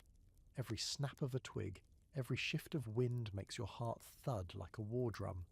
You wait until the riders are gone, until the only sound left is the wind through bare branches and the distant hush of the river. Then you rise from the earth like a ghost. No one's watching. But you still move like someone is. You follow the ridge east, sticking to the rocks. You've got no shoes, no food, and nothing but a dull belt knife and a mind trained by fear. But you're alive, and alive is enough. By sundown your feet are torn, your throat is dust. You drink from a stream that tastes like metal and rot. Doesn't matter, you swallow it anyway. That night you sleep under a cedar tree with a pile of pine needles for a blanket and a root for a pillow. You wake up every hour, just to listen, just to make sure you're still alone. On the second day you find an old trail, wagon ruts half buried in moss. You follow it, slowly, carefully, like it might betray you if you move too fast. You come across a cabin around dusk, half collapsed, smoke long gone from the chimney, but there are signs, scraps of cloth, deer hide stretched over a frame, and a cracked mirror nailed to a post. You step inside with your knife out. It's empty. You sleep there that night, hidden beneath the floorboards, just in case. By the third day the fever starts. It comes in waves, hot, then cold, then hot again. Your head spins. Your breath gets short. You lie on the cabin floor, teeth chattering, skin slick with sweat, dreaming of voices that sound like water and footsteps that don't make noise. You whisper your own name over and over just to keep from disappearing. Polly Shine, Polly Shine, Polly Shine. By the fourth day, you wake to the sound of someone chopping wood. You sit up fast, heart clawing at your ribs. The sound is close, measured, real. You crawl to the edge of the window and peek. It's a woman, old, tough, with a shotgun slung over her shoulder and a scar across her cheek. She doesn't look surprised when she sees you, and she just says, "You look half dead." You don't argue. She brings you inside her cabin, just over the hill where the trail splits near the creek, and feeds you stew that tastes like bark and smoke and hope. She doesn't ask many questions. You don't give many answers. You stay 3 nights. By the end of it, your fever breaks. When you leave, she hands you a pair of worn leather shoes and a flintlock that's seen better decades. She says, "Don't let 'em catch you the second time." You nod. You don't say goodbye. You just disappear back into the trees. Here's the historical thread beneath the fiction. Women like Polly Shine existed all over the frontier, even if their names didn't always make it into the records. Scouts, couriers, fighters, survivors. Some disguised themselves as men, others didn't bother. A few faked their deaths to avoid capture or to start over in another territory. Some even succeeded. A fringe tale? In 1781, a militia record out of western Pennsylvania mentioned a ghost woman seen walking barefoot along the river after a battle. Said she rose from the ground and vanished into the trees. The men called her an omen. No one ever caught her. And the scholarly debate? How much agency did women truly have in these border conflicts? Some say they were victims or bystanders, footnotes to larger male narratives. Others argue they were critical to survival, intelligence gathering and resistance, especially in regions with no fixed law and no one coming to help. Polly Shine never made it into the textbooks, but she lived in the spaces between them. You keep walking, always, because you've learned the secret out here. It's not about being the strongest or fastest. It's about being the one they can't find the second time. You wait by the window until the oil lamp gutters out, and still, nothing. No hoofbeats, no voices, no riders cresting the hill, no relief column marching from the east with bugles and banners, and no dusty courier dragging a message from the fort that says hold on. Just hold on. It's been 3 days since they promised help was coming. It's not. This is the final post, and you know how it ends. The cabin's cold, the kind of damp chill that seeps into your marrow and settles there. You've been holed up in this rotting plank box for a week now, ever since the last of the garrison pulled out of Fort Parker and left behind the volunteers to guard what was essentially a suggestion of defense. You and 6 others, picked because you could shoot straight and hadn't passed out during inspection. The fort fell 4 days later. It wasn't dramatic. No glorious last stand. Just a slow, steady disintegration. A few shots from the trees, then the livestock disappeared, then the scouts, then the fires at night flickering from the ridges, and the unmistakable feeling that your name had already been carved into a stick somewhere. When the command finally pulled out, they left you with a box of cartridges, a wagon missing a wheel, and a map with most of the useful details worn off. Hold position, they said. Help's on the way. You believed them for exactly 1 day. Now it's just you and 2 others left in the cabin. Jacob, who hasn't spoken since yesterday morning, and old Mrs. Hollis, who lost her son in the first volley and hasn't let go of his coat since. She still talks to it sometimes, holding it like a baby. The others went out to look for food, or water, or maybe just to walk into the trees and never come back. You didn't ask. The supplies are gone. You've boiled the last piece of hide into something that resembled soup if you squinted hard enough. The water is from the ditch behind the cabin, green with whatever grows in dead places. You strained it through your sleeve and drank it anyway. This morning you climbed to the roof with the spyglass. Nothing, not even a bird, just smoke in the distance and the slow groaning of trees in the wind. Jacob sits in the corner now, cleaning his rifle for the 3rd time. There's no powder left. He just likes the motion. Keeps his hands busy. Think they'll come? He asks for the first time in hours. You don't answer. You can't lie that convincingly. Outside, the sun is crawling toward the trees. You know what happens at night. You've heard them. The whistles. The strange, hollow calls that sound like birds but come too regular, too human. You've seen the flickers of movement along the edge of the woods, faces that vanish when you blink. No one's fired at you yet. They're waiting. Because they know what you're starting to realise. This place is already theirs. They're just giving you the courtesy of letting you figure it out on your own. You check your rifle again. 1 round. You've been saving it. For what, you're not sure. Yourself? Mercy? 1 last shot into the dark to let the trees know you didn't go quietly. You don't want to find out. Night falls fast now. The kind of night that wraps around you like burlap. Coarse, itchy, impossible to escape. Mrs. Hollis hums something under her breath. A lullaby, maybe, or a hymn. You don't recognise it. Jacob lies down, face to the wall. You try not to sleep. You always try. But at some point you do. You wake up to fire. It's not the house. It's the ridge. They've lit torches again. Dozens, maybe more. The tree line glows like a row of angry eyes. You can't see the figures behind the flames, but you know they're there. You feel them watching, waiting, the way a cat watches a trapped mouse. You stand. You lift your rifle. You go outside. The air is thick with wood smoke and cold. You stand in front of the house, knees shaking, but you don't run. You don't shout. You don't fire. You just stare. Behind you, Jacob steps out too. Mrs. Hollis stays inside. She won't leave that coat. You and Jacob stand there like scarecrows, empty weapons and empty bellies, staring at the slow-burning funeral pyre on the ridge. And then, one by one, the torches begin to go out. No sound, no movement, just darkness swallowing light, until the ridge is black again, and the silence returns. You go back inside, you don't speak. You just sit in the corner and wait for morning. It never really comes. The sky turns grey, then dull, then darker again. By the next evening, Jacob is gone. Didn't say a word. Left the rifle. Mrs. Hollis dies the day after that. Not dramatically, she just stops.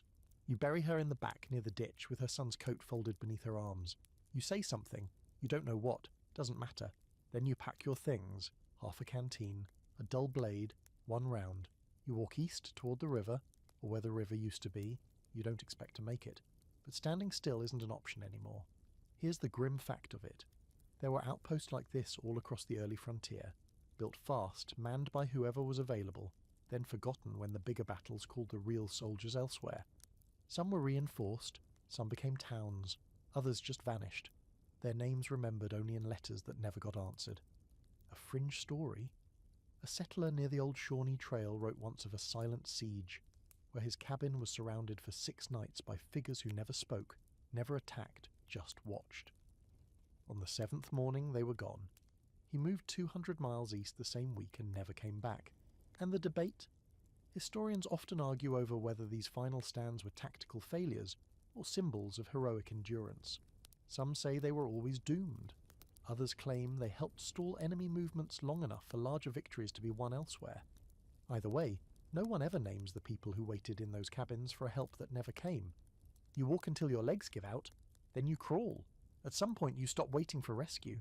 You just try to make it to the next sunrise, even if it's your last. You hear the first scream long before you see the fire, It carries down the valley in that awful way certain sounds do, bending around trees and across rock like it's trying to outrun itself. High-pitched, human, not an animal, not some coyote howling at the moon. Number. This is a man realizing far too late that he's already lost. You're on the trail with a group of settlers headed west. 8 wagons, 4 dozen souls, a handful of horses, and a map that looked a lot more helpful back in St. Louis. You were hired as a scout, someone to ride ahead and watch for danger. Bandits, broken trails, bad weather. Not this. You thought the worst of the journey was behind you, that the Ozarks had chewed on you long enough and spat you into the relative calm of prairie and promise. You were wrong. The scream comes again, then another. The captain orders everyone to circle the wagons. It's a cliché, but it works. The oxen are too slow to flee, the children too scared to think, and the adults, well, most of them are shaking too hard to hold a rifle steady.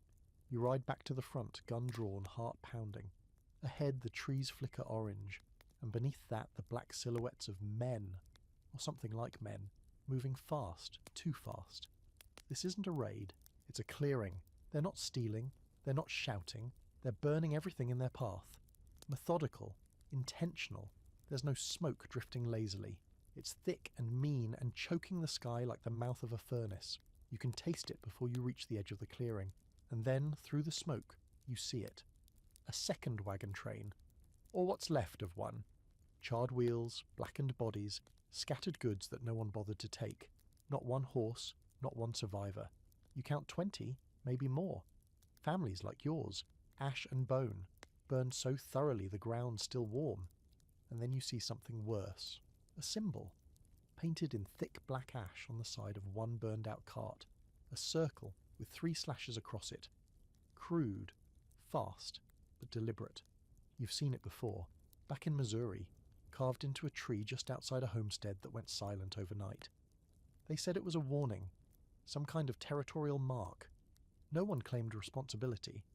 Too many factions out here now, tribal groups, war bands, vigilantes, deserters from both armies, and worse. Men with no cause, just fire in their hands and death in their eyes. You ride back fast, too fast.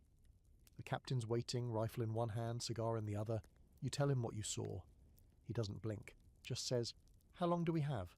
You don't lie. Hours, if that. He looks at the wagons, the women, the kids, then spits into the dirt. Then we fight. No one sleeps that night. You dig trenches, reinforce the wheel barricades, sharpen sticks like it's 800 AD again. The women load rifles. The preacher hands out Bibles and bullets with the same grim expression. No one questions it. Then you hear the drums. Not real drums, sticks on hides, low and steady. Just thud, thud, thud, like a slow heartbeat growing louder with each hour. They don't attack immediately. They want you to listen to the sound, to feel it crawl up your spine and into the back of your skull. By the time the first torch arcs over the barricade, everyone's already soaked in sweat. The first wave comes just after midnight. Shadows charging through the dark, screaming like animals. You fire. Others fire. The night becomes noise. Gunfire, screams, the twang of bowstrings, the metallic clink of blades. The air reeks of blood and powder and fear. Someone pulls a torch from the barricade and throws it back into the dark. It lights up a face, painted white, red slash across the mouth, eyes wide and feral. Then he's gone again. You think you're holding them off. For a minute, maybe 2. Then the second wave hits.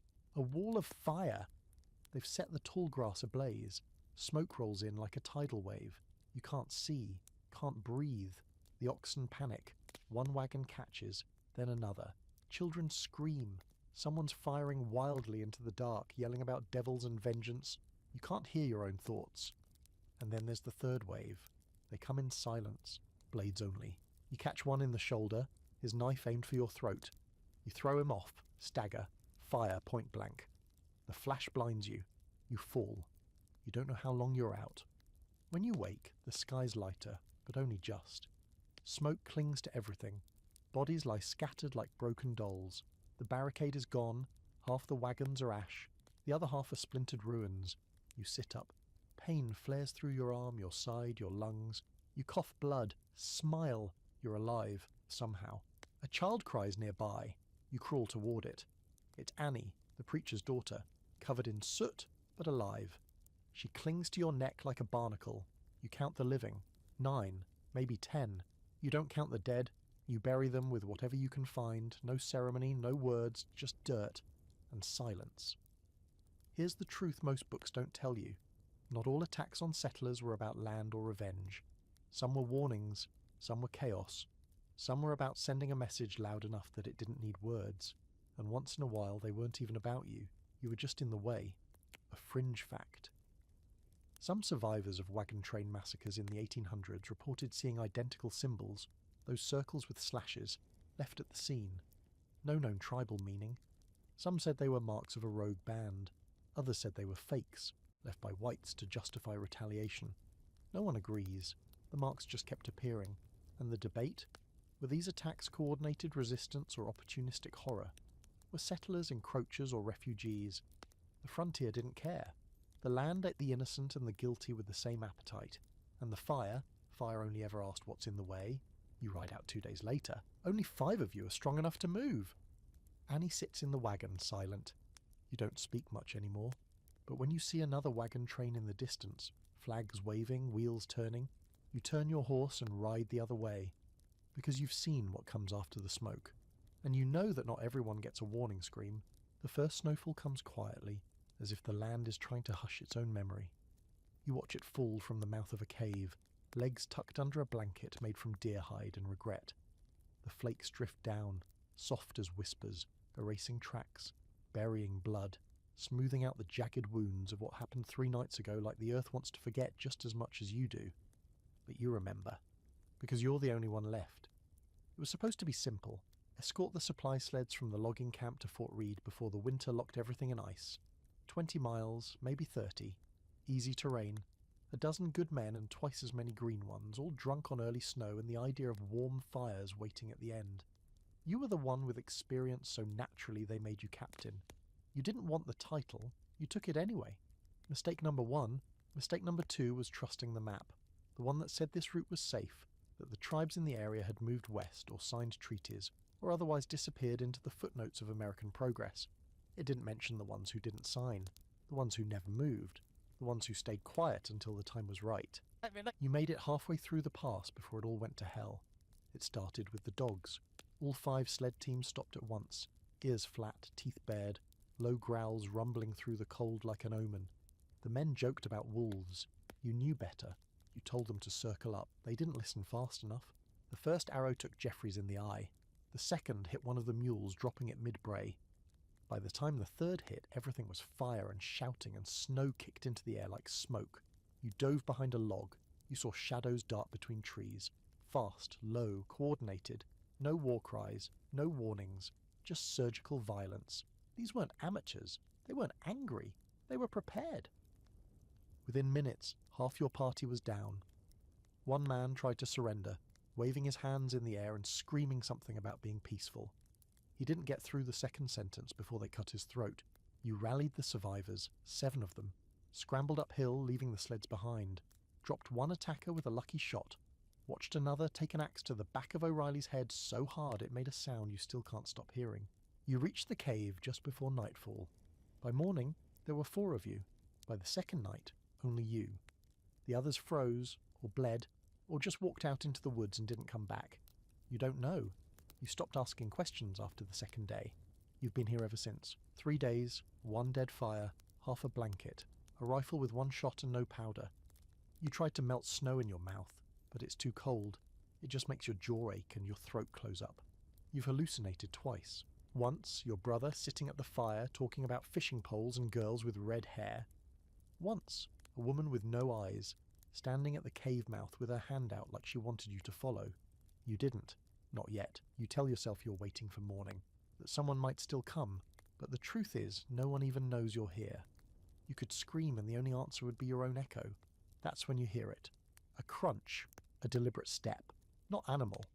You sit up fast, every nerve screaming awake. Nothing at first, just wind, trees creaking under snow. Then, there, a figure, cloaked, steady, moving between trees with unnatural quiet. Your fingers close around the rifle. You know you won't get another shot. You also know this might not be an attacker, but you don't gamble anymore. The The figure stops at the tree line, doesn't move, doesn't speak, you don't fire. After a minute it turns and walks away. You don't follow. You don't know if you're relieved or disappointed. You stay in the cave until night falls again. The fire's out. Your toes are numb. You've started talking to yourself in a low conversational tone, like a campfire story you're trying to finish before your breath runs out. Here's the history stitched into this frostbitten moment. Winter ambushes in frontier territory were brutal, strategic, and often final. Many were aimed not at killing every soldier, but at disrupting supply lines, isolating forts, and sending messages. They were rarely recorded with any honesty. Most simply vanished from the logbooks like snow under boot. A fringe detail? In one survivor's journal from a failed winter mission near the Wyoming Valley, he claimed to have seen a woman walking barefoot through the snow after the attack, pale as bone, humming something older than the hills. Whether she was real or not, he claimed she marked the beginning of a curse, that no party ever returned safely through that pass again. And the debate? Frontier warfare in the winter sits in a strange place between survival and strategy. Some scholars argue these were last-ditch efforts by native bands to reclaim control over shrinking territory. Others claim they were symbolic, warnings that the land itself would not be conquered without a price. The frost was not just a season, it was a defense. You don't sleep that night. You just lie there, watching your breath, trying to decide whether you'll walk out tomorrow. And if you do, whether you'll walk east toward the fort, or west into the trees, where maybe they're still waiting, or maybe the land is finally empty. You tell yourself you'll decide in the morning, but deep down you know, this cave is your fort now, and you are its final keeper.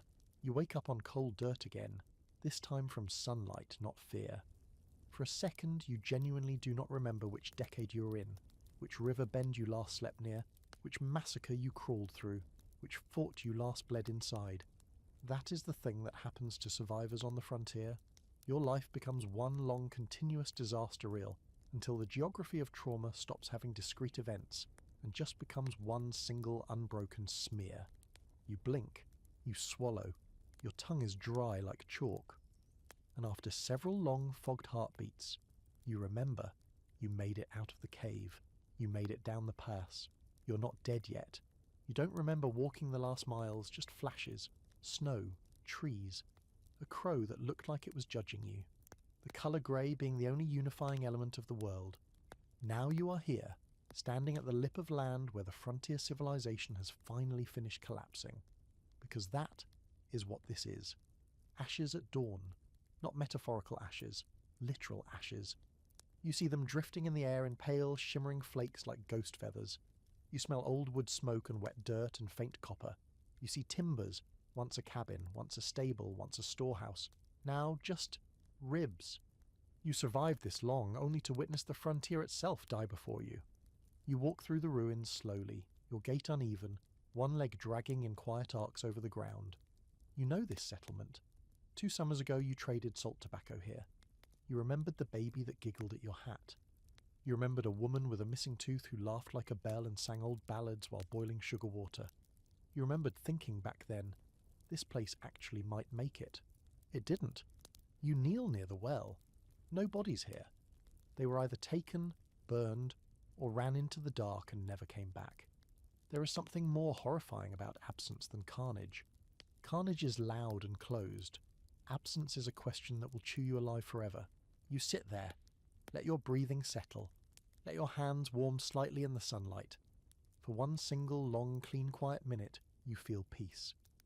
This right here is the absurd part that scholars still debate. How some survivors described a weird, serene clarity after long siege trauma.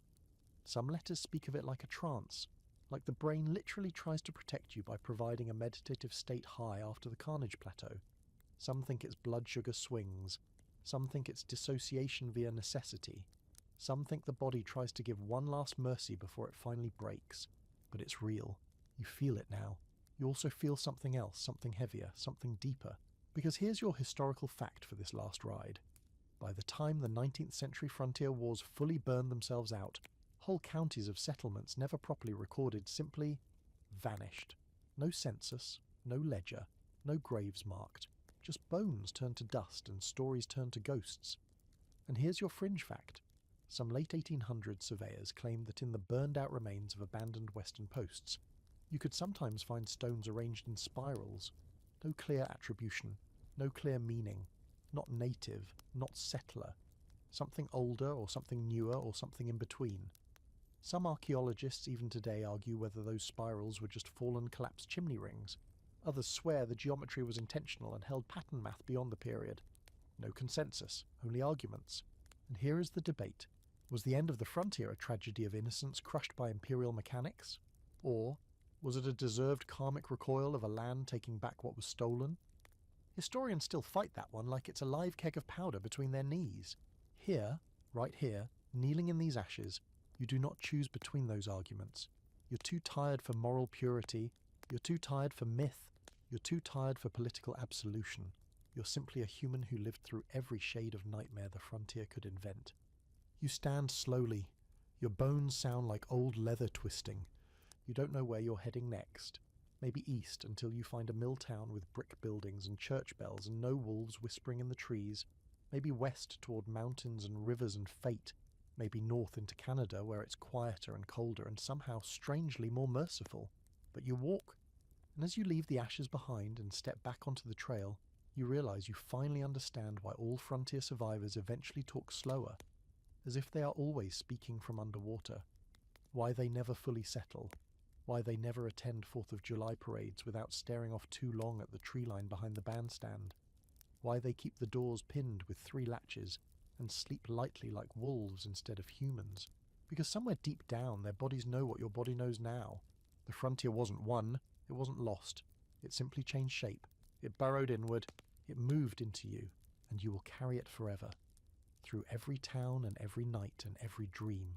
And most people you meet will never understand why you stare at open fields like they are crime scenes or altars or portals. They won't get why small noises make you go quiet, why you sleep facing the door, why you never sit with your back to windows, why fireworks make your hands shake. They never lived here, you did. And so, you keep walking, into the dawn, into new land, into uncertain future. The frontier still ahead of you, but now internal. Now myth inside marrow. Now a map made from scars. You survived the most terrifying attacks on the frontier. But survival is not closure. Survival is just the beginning of living with what you saw. You're back now. Not in your body, not fully, not yet. But you're somewhere softer.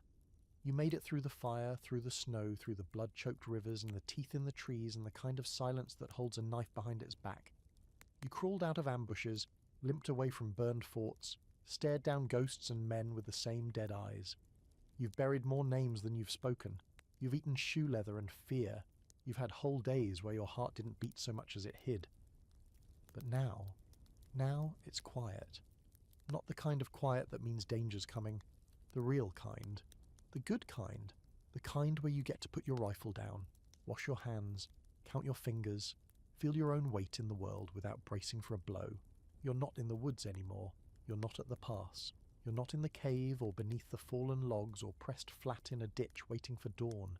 You're here, in a room, maybe wrapped in a blanket, maybe listening to the hum of a fan or the soft night sounds of a town that doesn't know how lucky it is. And even though it's probably still dark outside, you're safer now than you've been in a long, long time. Because now the only war left is the one in your head. And even that one is getting tired. So let the night be kind to you. Let your body soften into the mattress. Let your breath even out. Let your muscles, one by one, stop clenching. You don't need to watch the windows anymore. Nothing's moving out there. Nothing's coming for you. Not tonight. Tonight, you rest. And if the past comes creeping in, if you see a flicker of torchlight at the edge of your dreams, or hear the far-off echo of drums that never had a name, just remind yourself, you survived it, and you made it home. Even if home is a word you had to rebuild from scratch. Sleep now, traveller, the trail ends here, for tonight anyway.